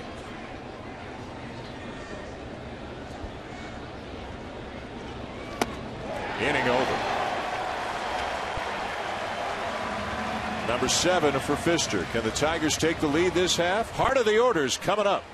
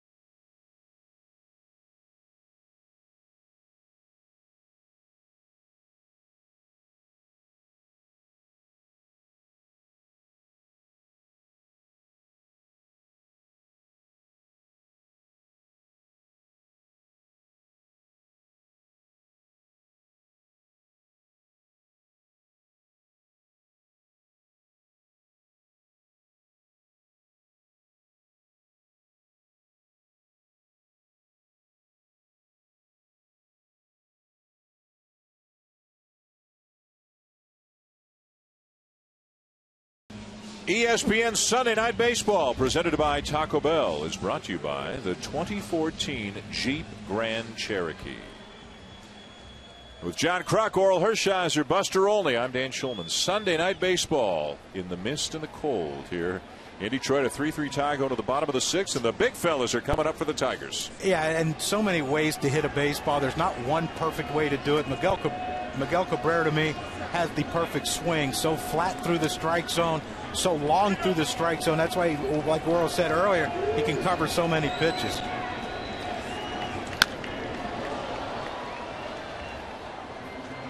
Let's take a look at Miguel Cabrera's swing path. I mean, here the perfect approach, the nice setup, the leg kick, the short stride. Look how long and flat his bat stays through the strike zone. A little bit of an uppercut at the end where his bat comes up, but I mean, other than that, perfection. And even that's good. Let me get that out there. That's the perfect swing. And then the guy coming up behind him has a whole different approach, but both equally successful. Left center and deep. And a ground rule double for Miguel Cabrera.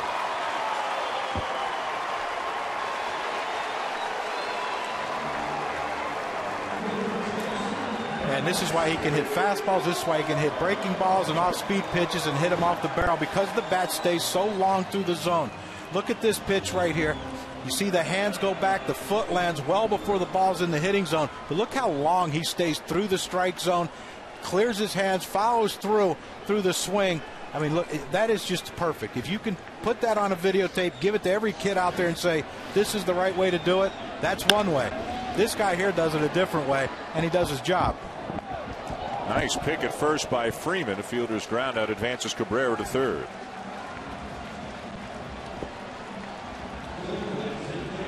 So the go-ahead run is at third with one out of the bottom of the sixth. And a chance for Victor Martinez to give the Tigers the lead. That'll force the infield in for the Braves.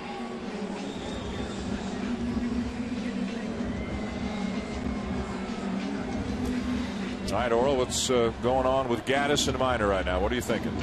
Well, they're thinking, do we want to set up the double play with Peralta? Victor Martinez, a veteran RBI guy, our infield's going to be in. The game's not completely on the line, but you don't want to give up this run. Well, I think what makes it so tough to pitch to Victor is he is typical of a lot of guys who drive in clutch runs. He's going to try to work the ball the other way. If he gets something off speed and hanging, he will pull it. But for the most part, he's going to try to work everything the other way, inside out the ball, just knowing if he gets it deep enough to score Cabrera, he's done his job. And he did it. And then some. Great running catch by Schaefer. Easy tag and score for Cabrera. Tigers lead.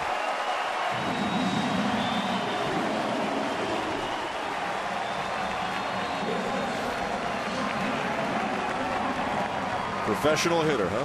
Well, I mean, this is what his whole career's been about. You know, hitting the ball the other way, driving in runs. If this pitch, he tries to pull this pitch, he's probably going to hit a rollover grounder at either short or third and not be able to score Cabrera. I mean, you see he was out in front of it, but he kept his hands back, and he just tries to shoot the ball to center field or right field, and he hits it deep enough to score Cabrera. Well, Peralta sends a fly ball soaring into the rain in left field, and the catch is made. A high degree of difficulty for Justin Upton out there. But Cabrera and Martinez combine to give the Tigers a one-run lead.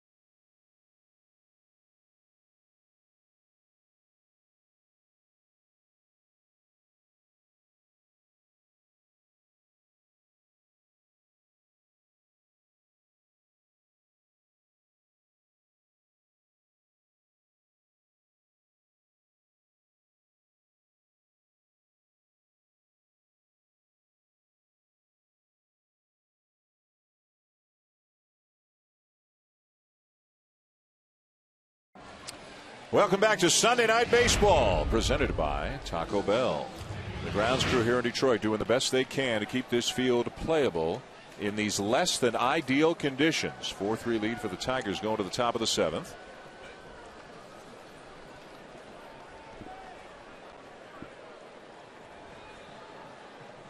Cold and damp.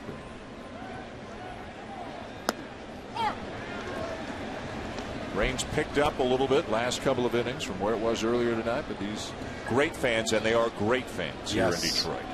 Great baseball fans. They're averaged about 37,000 a game last year, and we all know this city's been through some very tough economic times in recent years, but that did not stop people from coming down to the ballpark and supporting their beloved Tigers. As you can see, not everybody showed up in the conditions tonight, but they packed them in the last couple of days.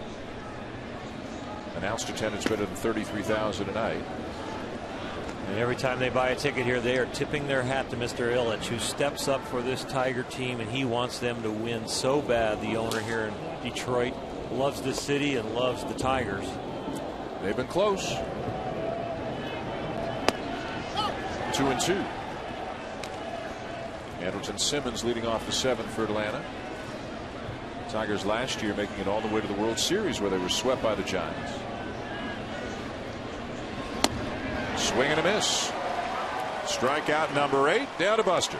Guys, what the umpires have been told is this heavy stuff will continue for about 20 more minutes. So the umpires have decided we're just going to keep pushing through this, and then after that it's expected to lighten up.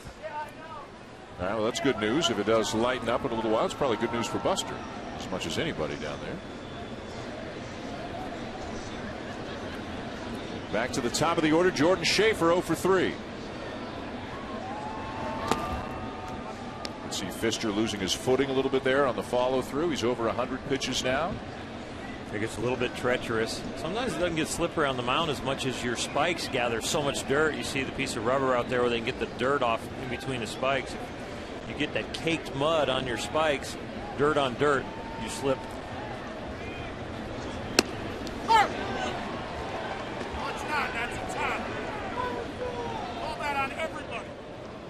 Yeah, it sounds like the Atlanta dugout's complaining that that pitch was high. That's the top, and I've called that on everybody. And Sonia says. Bunted back to the mound. 2 down.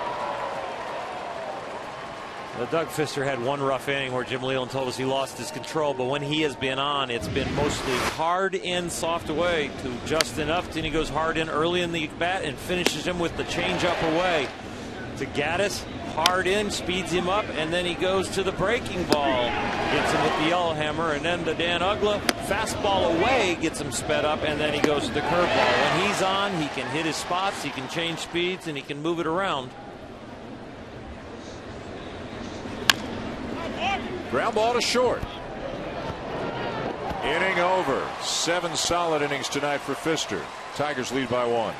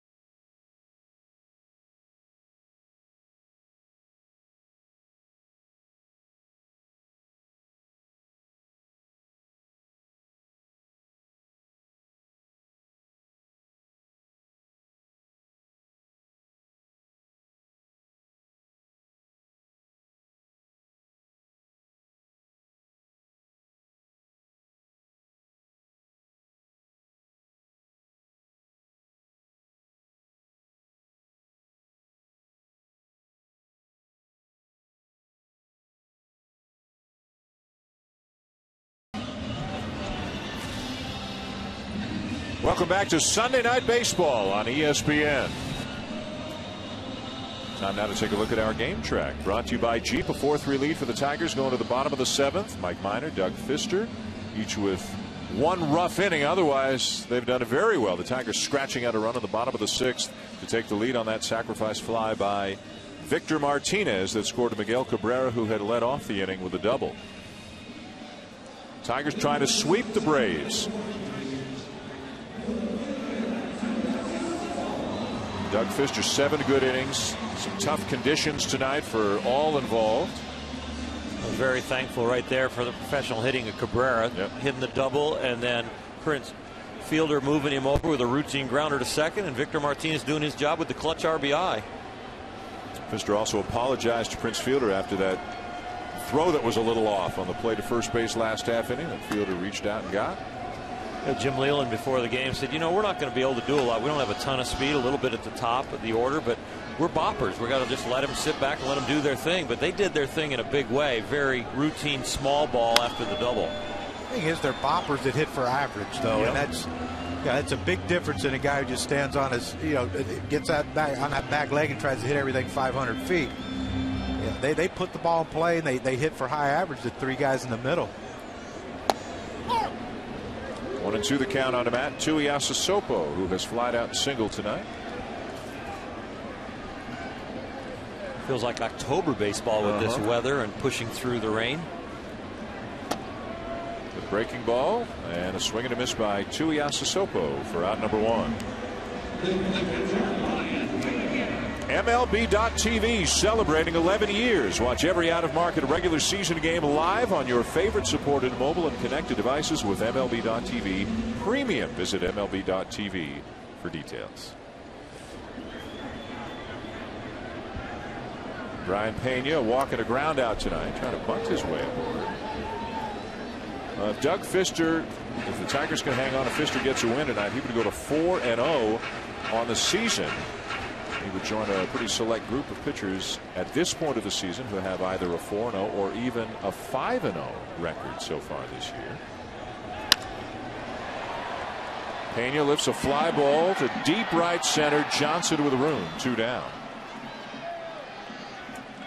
Here's a look at the guys who are some of the guys who are off to great starts so far this season. Matt Moore had another great outing yesterday. He goes to 5-0. A couple of Red Sox on the list.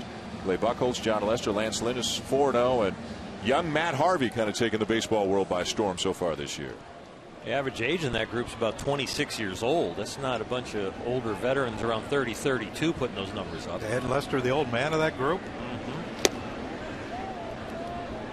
Tell you, Lance Lynn got some good stuff too, and versatile when he, they get in the postseason, they move him to the bullpen. Omar Infante lifts a high fly ball deep left field. Gone.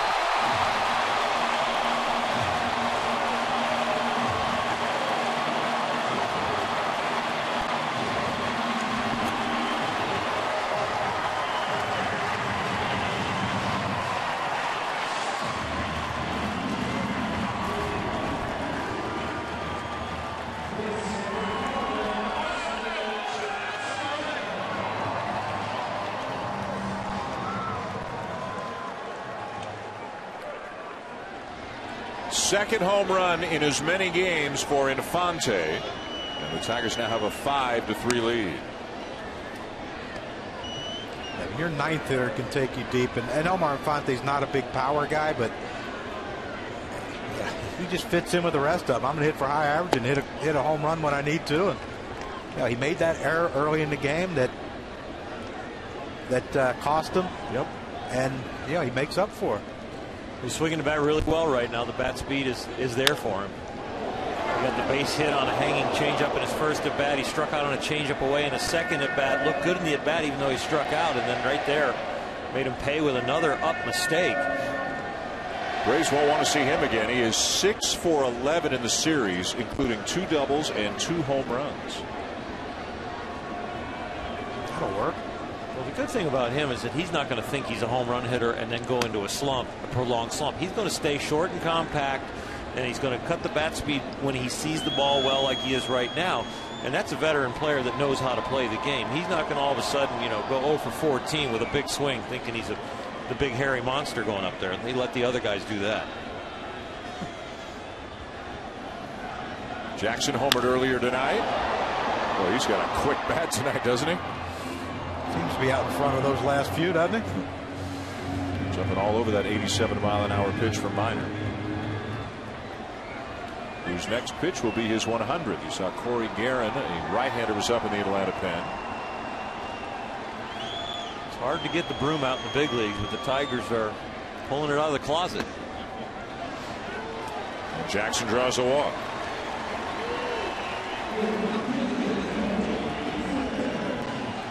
And the next walk will be taken by Freddie Gonzalez, and he'll make the move. Guerin on his way in. The home run by Omar Infante has extended the lead for the Tigers. Second in as many games for the Tigers' second baseman. It ups the lead to 5-3 for Detroit, and the bench just loves it.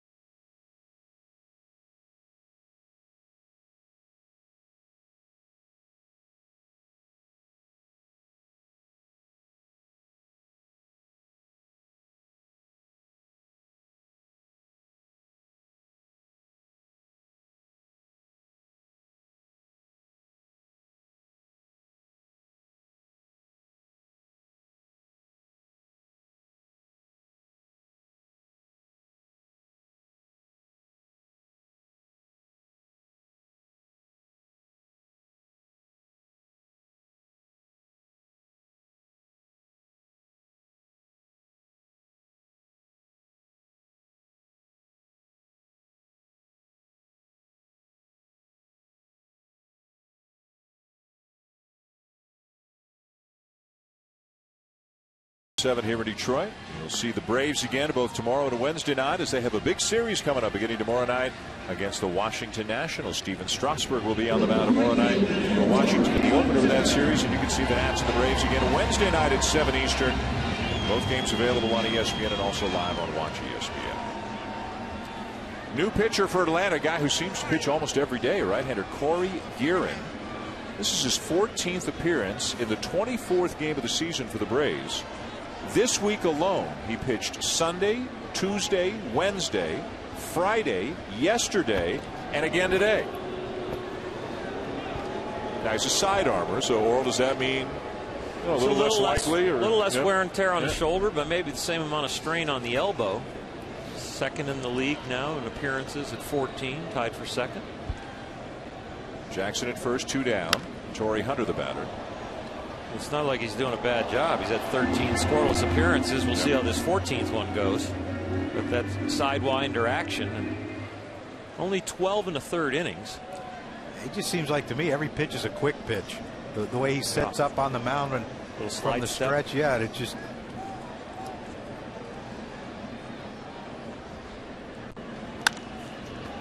Base hit for Hunter. Jackson will stop at second.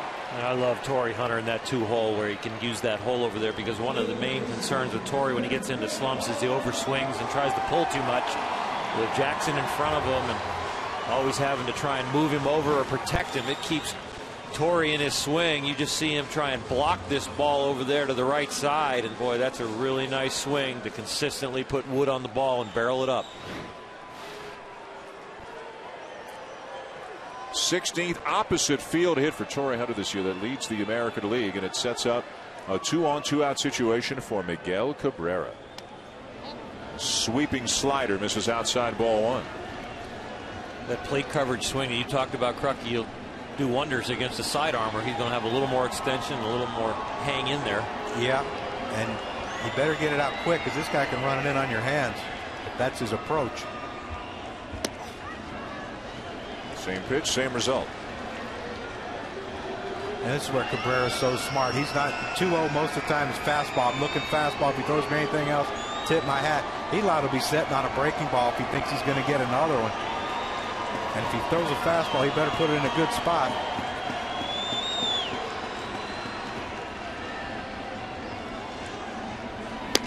Fastball away, ball 3. Thinking right with you. It's so fun to watch him in between pitches, just grinding his head. Sometimes he'll give an expression at the catcher like, I know where you're going. He'll look out at the pitcher, not with an intimidating look, but just a look of thinking and like, I'm figuring this thing out. Well, 3-0 here. Guerin better not just lay one in there, or else it's going to be a 3-run homer. Drilled to right. He did, and it is.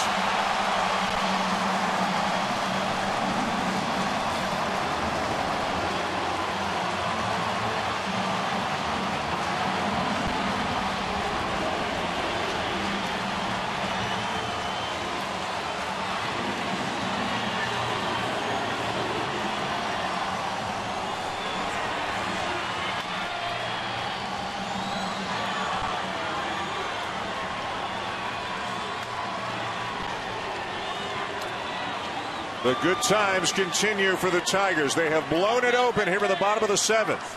Looking to sweep the Atlanta Braves.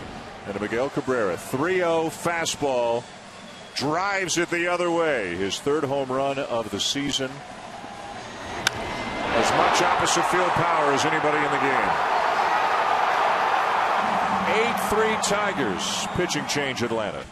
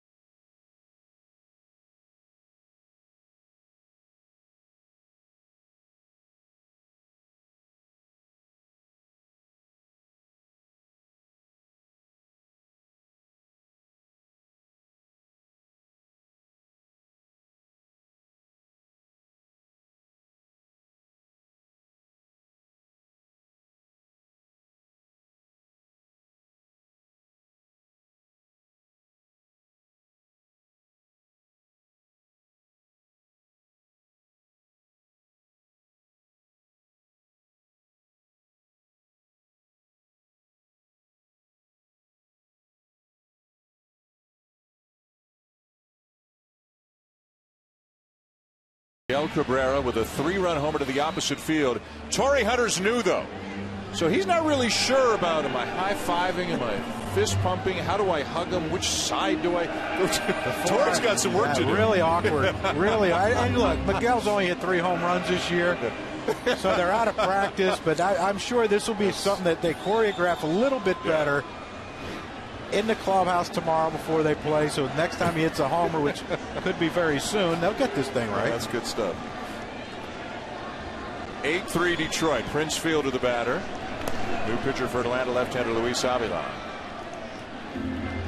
So Corey Guerin's spotless ERA goes by the boards in a hurry after giving up the Hunter single and then the Cabrera homer. Avila making his 10th appearance of the season. A 4-run 7th for the Tigers after 2 were out and nobody on. Started with the Infante home run and a walk to Jackson. The pitching change, the base hit through the right side for Hunter, and then the home run by Cabrera. on a 3-0 pitch that most guys are looking to pull. They're looking for a fastball middle in or just off the plate or just away. Trying to hit it in the left field seats, but not this man. Tigers have now scored 25 runs in this series to just 7 for the Braves. It was just a solid base hit to right swing that he just shrinks the ballpark when he just hits it solid, it barrels it up. There was not an overswing at all. I'll tell you what, he bruised someone's hands out there in right field with that one.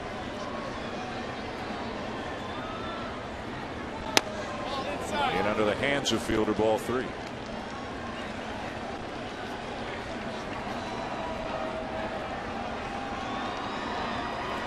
want to predict one right here on a 3-1 fastball to Prince? Well, I don't think Prince is going to look to shoot it the other way. He's going to go the same place Cabrera went. Maybe a little higher and farther. Took ball 4. One of the things I think, Oral, you mentioned a little bit earlier, you don't hear as much as you should about Prince Fielder. The guy walks 100 times a year. He's got a good eye up there. Guy who swings as hard as he doesn't get a reputation for on-base percentage. But when you check the stats, last year 412, which was second in the American League. This year he's still over that 412 mark. I think he started this game today, even though he's been on twice, at 419. Here's Victor Martinez. Drove in what was then the go-ahead run with the sac fly last inning. That bodes well for a lot of runs scored, doesn't it? Yeah.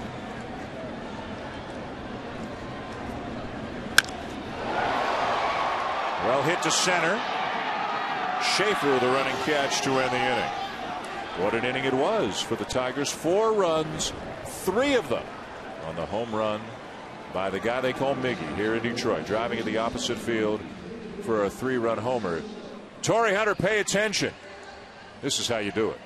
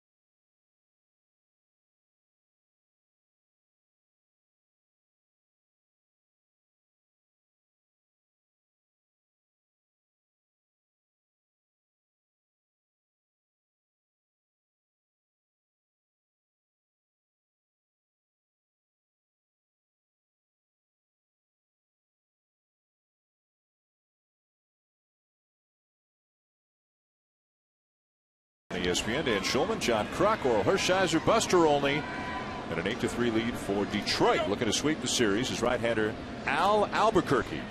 Comes on after 7 very good innings from Doug Fister tonight, and Albuquerque is back. He is healthy. He is pitching well. Look at these numbers. He's the 7th inning guy generally. If we're a little bit closer, Benoit the 8th, Valverde the 9th. The role's starting to get reestablished, I guess you could say, for the Tigers in this bullpen. Don't forget about Coke down there, and Valverde does a job. Their weakness will become a strength.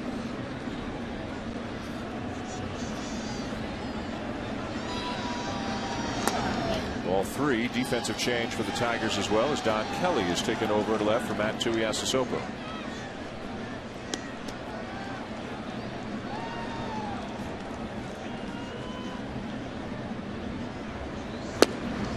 At the knees, 3-1 on Justin Upton, who tonight has struck out, singled and scored, and been hit by a pitch. The major league leader in home runs with 12. The major league record for the month of April is 14.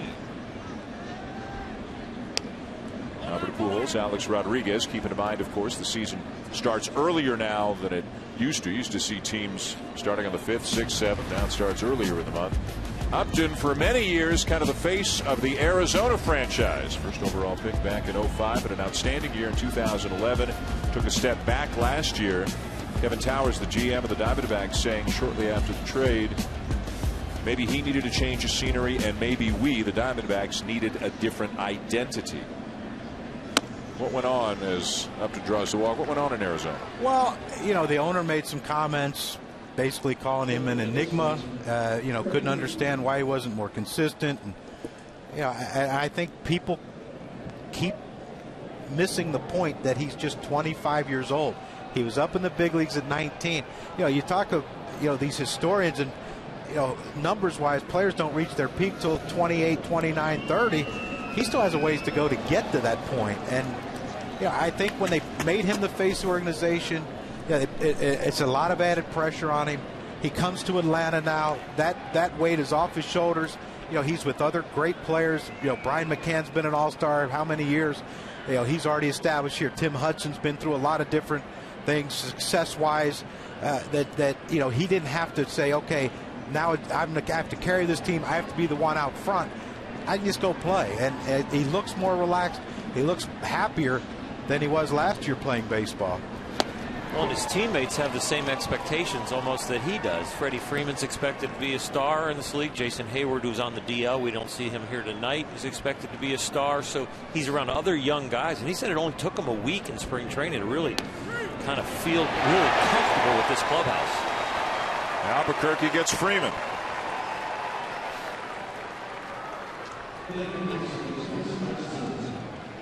Albuquerque's got a big arm, but he also has some nice secondary stuff, and I think this is a slider here he throws.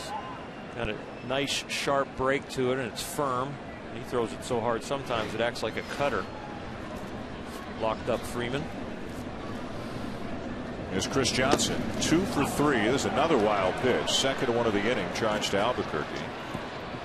So Upton around to third now.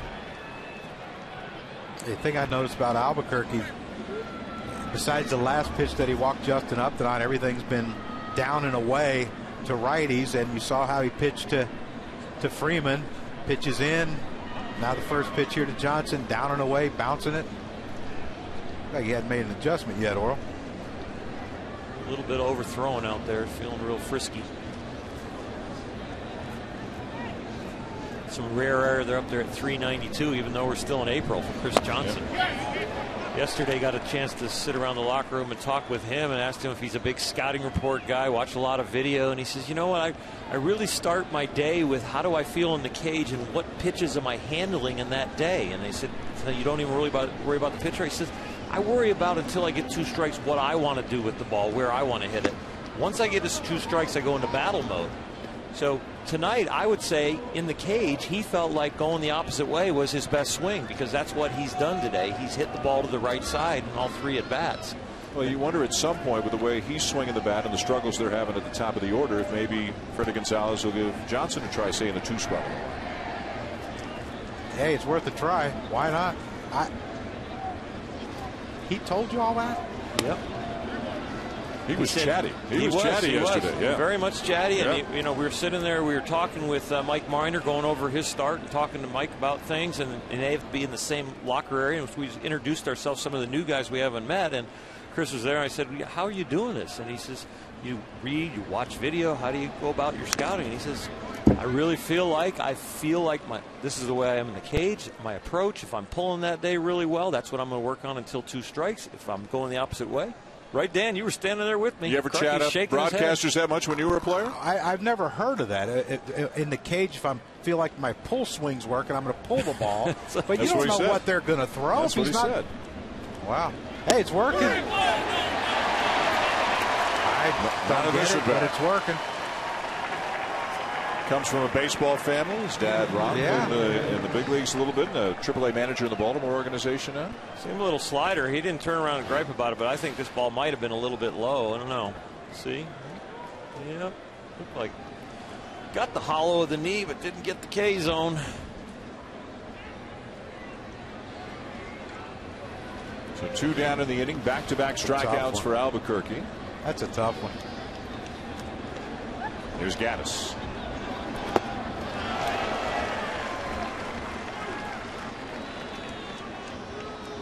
Wow. He's just not covering the whole plate. Gaddis, we keep harping on it, but you know, he started off hot, and now the league says, okay, let's see if he can hit these pitches away, and see the average keep coming down. He's 8 for his last 48 after a really hot start. He's homered in every park in which he's played this year, obviously at home in Atlanta, and 4 other road parks where the Braves have visited. He has yet to homer in this ballpark, and this might be his last shot.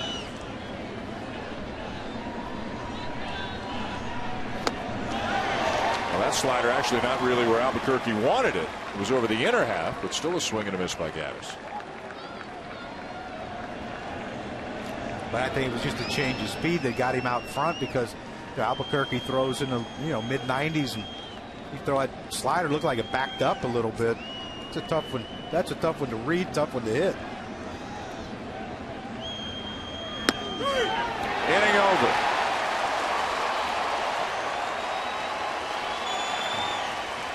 Albuquerque gets it done in the 8th inning, and the Tigers' 8-3 lead is intact here at Comerica.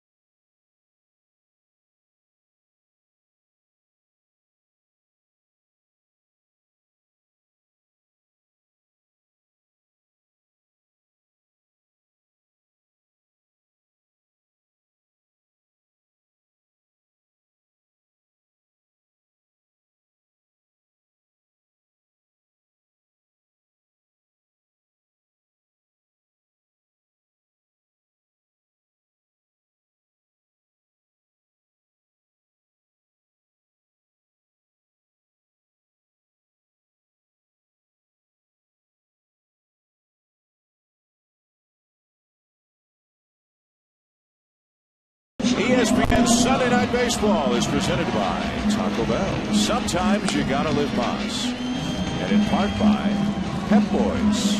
Pep Boys does everything for less.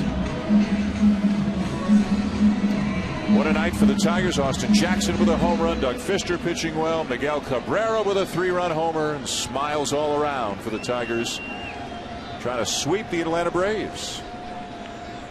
8-3 Detroit going to the bottom of the 8th inning. Johnny Peralta, the shortstop, will lead it off for Detroit. Take outside ball 1 from Luis Avilan.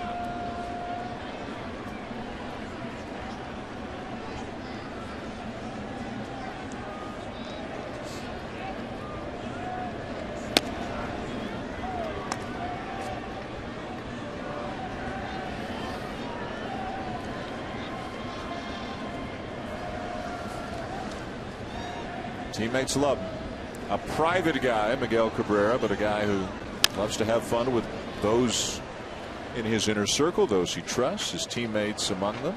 Well, apparently in his inner circle it's Victor Martinez's son and Prince Fielder's son, because they were out there playing catch today before the game, and the next thing you know, you see a ball come flying out, and you see Miguel in there in his T-shirts checking out the weather, but he's throwing balls at the kids, playing catch with the kids. He's got some big kid in him, doesn't he? Swing and a miss, 2-2 on Peralta. You saw Jose Valverde is up in the Tiger pen.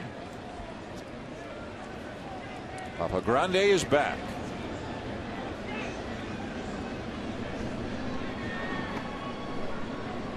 Got the two-tone goatee. Swing and a miss. Peralta gone, one down. Let's go down to Buster Olney. Guys, the Atlanta Braves are not having a good night tonight or a good weekend, but you get the feeling they're going to be greatly relieved to finally go home after a long road trip through, of course, Colorado with all the snow they had, through the rain tonight. After they play 7 games at home in the upcoming week, they go back out on the road again for 10 more games. In fact, out of their first 41 games, 26 are on the road. Well, so that'll even up for them nicely later on in the season, but a tough way to get things going here. Tough travel, tough weather, and a lot of road games. Well, when they were in Washington starting on the 12th, they swept the Nats there. But since that sweep, they've been 4-8, so it's been a little different story. That was the first measuring stick, and everybody thought they were absolutely amazing. Here's the second measuring stick. They're coming up with the short end of the stick here against the Tigers. Don Kelly, his first at bat of the night, came on defensively last inning. Do you think there'd be a way the schedule makers could make it so the teams in the South at Dome Stadium, warm climates, play it at home more early in the season, so we don't have snowouts? And I understand, you can't tell the Rockies, look, for the first 3 weeks of the season you're going to be on the road, but I don't think the players would mind that much. I don't think you'd mind that much. I wasn't good in the cold. Just rung him up like he rung up a strike 3, and the problem was it was only 2-1.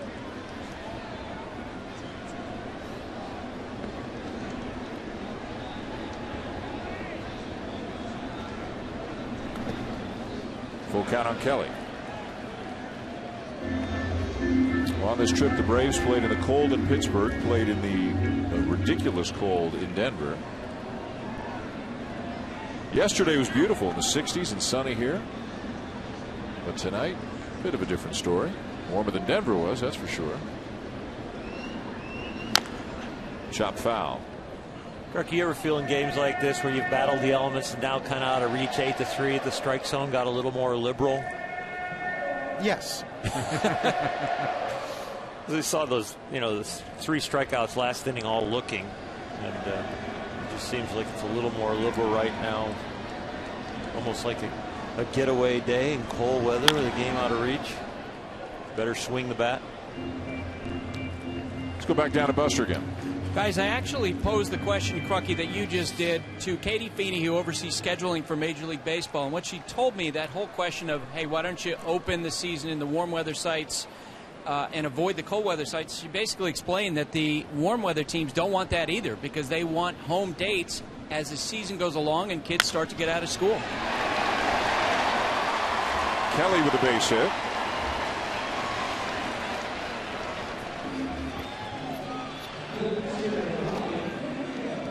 Tough, too, as we mentioned, with interleague play sprinkled throughout the season now. You've got teams going places in April. They don't go the rest of the year. Yeah, but can I clarify something that Buster said? Teams don't want that, right, but that's not players. Ownership, because the gate would be down. Yes, exactly. Yeah. I can't think of one player that thought 27 and snowing is a great day to play a couple games. There's Brian Pena.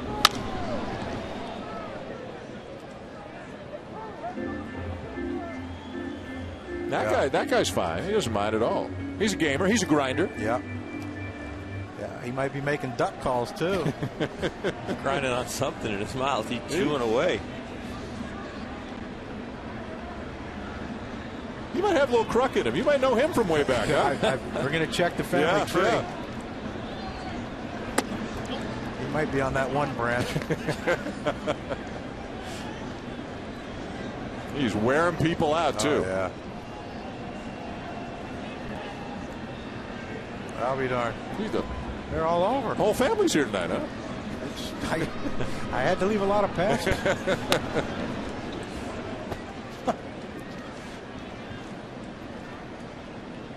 Dan, I'll introduce you to my family someday.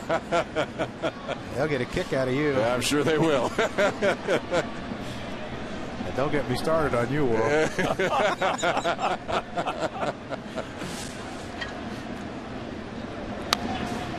Fouled back 2-2.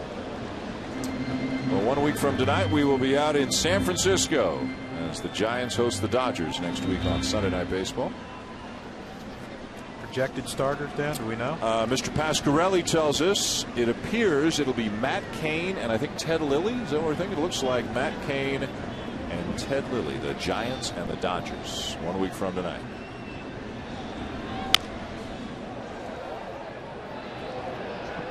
Beyond the reach of Freeman.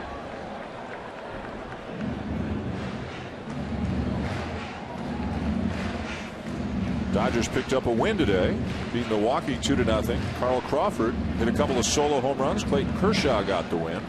Matt Kemp has been hot out there in L.A. lately. They need his power to come around, but the average is going up. How about the Giants? Lost today to San Diego again. They just got swept by the Padres. Lost 6-4 today. Dodgers are right at 500. Giants are a game above 500.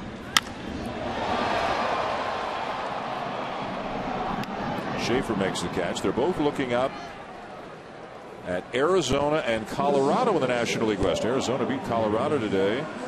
The Diamondbacks have won 5 out of 6. They're 15-10 on the season. Let's take a look at some guys who had good Sundays today. Giancarlo Stanton hit a couple of home runs for the Marlins. Tony Cingrani in his 3rd start struck out 11 today for the Reds. Russell Martin a couple of home runs. The Pirates won again. Pittsburgh is 15-10. Beat St. Louis. And as we mentioned, a strong day for Clayton Kershaw in the Dodgers win. I think Russell Martin's going to be a huge help to the Pittsburgh Pirates. And he's going to add some offense from the catcher position. But I think when they start playing poorly in the second half and they start losing control of that division like they have the last couple of years, he's going to be that guy that keeps them in it. Fly ball to left field to retire Infante and end the bottom of the 8th. The Tigers will take a 5-run lead to the 9th. Non-save situation. But is it Papa Grande time? He's wondering, is it me? We'll find out when we come back.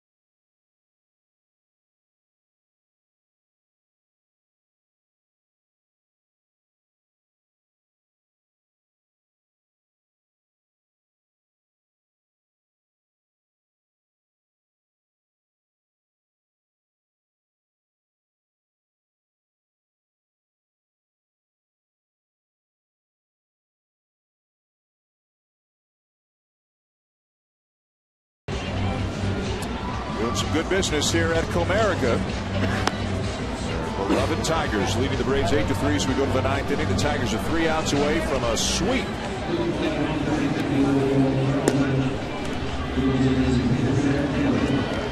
Miguel Cabrera with a home run that broke it open. A 3-run homer that made it an 8-3 game. And Miguel Cabrera is our Chevrolet player of the game.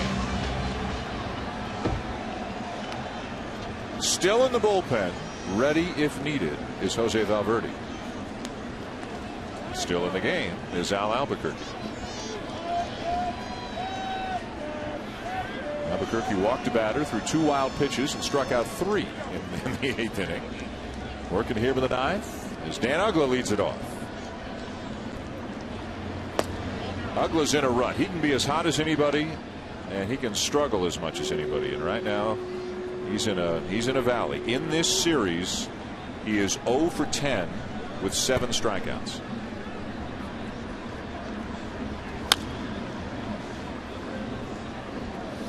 But he's not alone. The Braves have struck out 39 times in this 3-game series.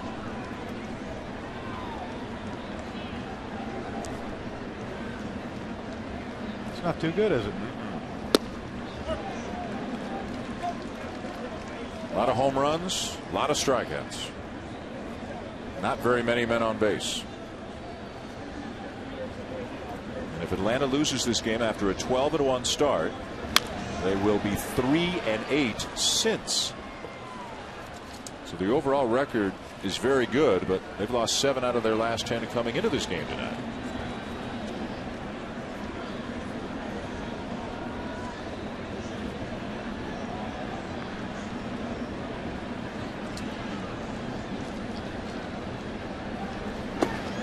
This is nothing strange for Dan Uggla. You know, he has these peaks and valleys, and sometimes the valleys last 5-6 months, almost the entire season. Like you said, when he gets hot, he can be an offensive force. But when it's like this, you know, you have to keep playing him. But you know, there has to be a time when he needs to be more consistent as a hitter.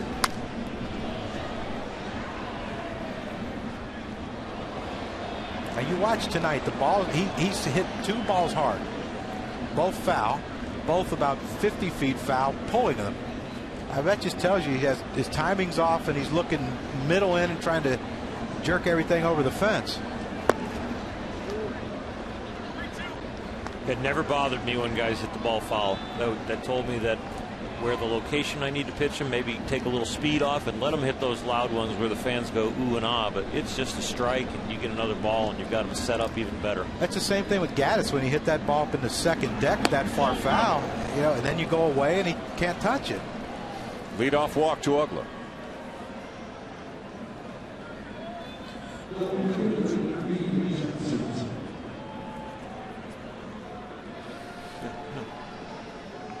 Jim Leland, Gene Lamont talking things over. Jeff Jones, the pitching coach there as well. How long do they stay with Albuquerque? At what point do they feel the need to go to Valverde? Reed Johnson, and he gets hit. So the first 2 men are on here in the 9th inning. I know that hurt. I was talking to Reed Johnson today, and I said, why don't they put you in the first or second spot? I said, Pfister leads the league in hit by pitches. He said, yeah, I can lean into one. I don't think this is the one he meant to lean into, though.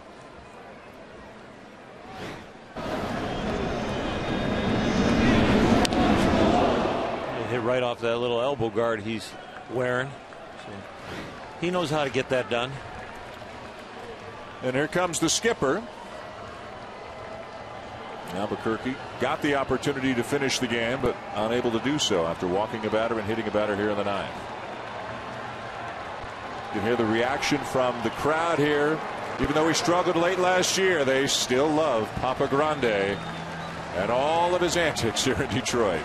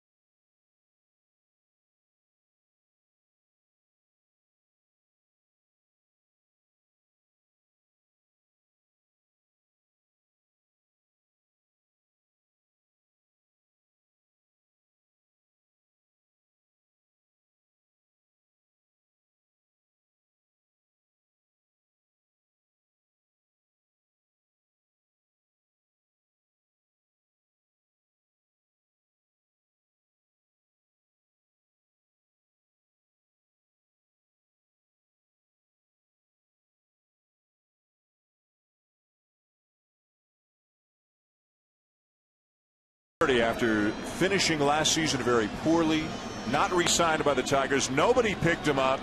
The Tigers were struggling in the pen. Valverde went and started throwing in Lakeland down in Florida. The Tigers spring training facility threw well, threw hard. The Tigers sent some people down to look at him.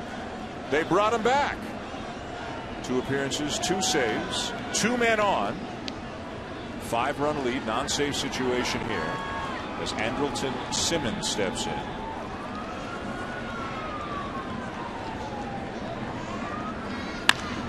First pitch swinging, drilled left field. Kelly back with him to make the running catch for out number 1. Defensive replacement coming in handy right there for the Tigers. Oral, do you think that they brought him in because these 2 outings he has yet to pitch from the stretch, and since he went to the windup, is this a opportunity to bring him in and get him some work from the stretch? Yep, and get him a little work with some men on base for what would simulate a save situation, even though this is not one. But you're right, he has gone to the windup as part of this comeback and remake.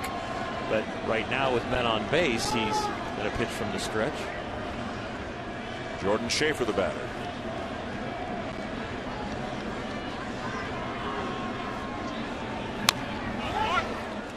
He's also calmed down the little tuck as he comes to his set position. He used to take a lot deeper bend with his back as he would come in, and he would really super turn his back, a la Louis Tion, who did it during his leg kick. But he used to dip with the back and then give a big turn right here, but it was a little more pronounced last year. The other thing he's doing now is he is keeping his shoulders straight on and lining himself up with home plate as far as his feet, his hips, and his shoulders, kind of like a gun sight of where he's headed, where before he had his back more to the hitter. But you'll watch him do the back bend and the twist, but then he'll straighten back up and line himself up in this position. Back and now straight.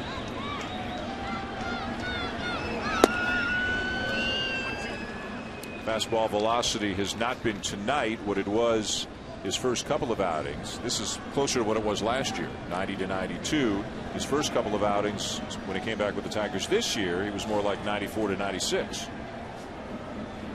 He did some strengthening and some rehab and really got himself in a little more shape, a little more motivated. Did the job back.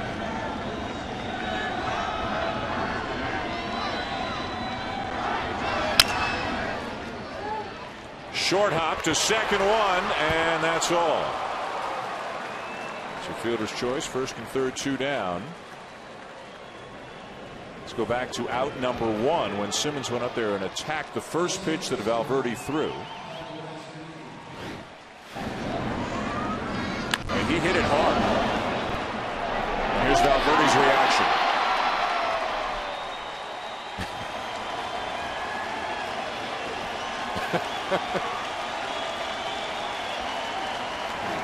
He's got personality, doesn't he? He doesn't lack for that. Well, as soon as he felt the crowd coming to their feet with a standing ovation, he stayed behind the mound a little while, let it build here. He plays to the crowd. Tyler Pasternak.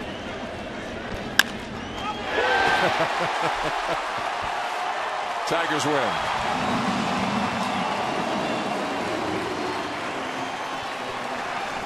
Miguel Cabrera, the homer. Doug Fister, his 4th win. The Tigers sweep the Atlanta Braves, beating them by a score of 8-3 here tonight. Major League Baseball continues tomorrow night at 7 Eastern Time. The Nationals are in Atlanta to take on the Braves. Sports Center is coming up next year on ESPN. This has been a presentation of ESPN, the worldwide leader in sports. For Oral Hershiser, John Crock, and Buster Olney, I'm Dan Shulman saying thanks for watching and so long from Detroit.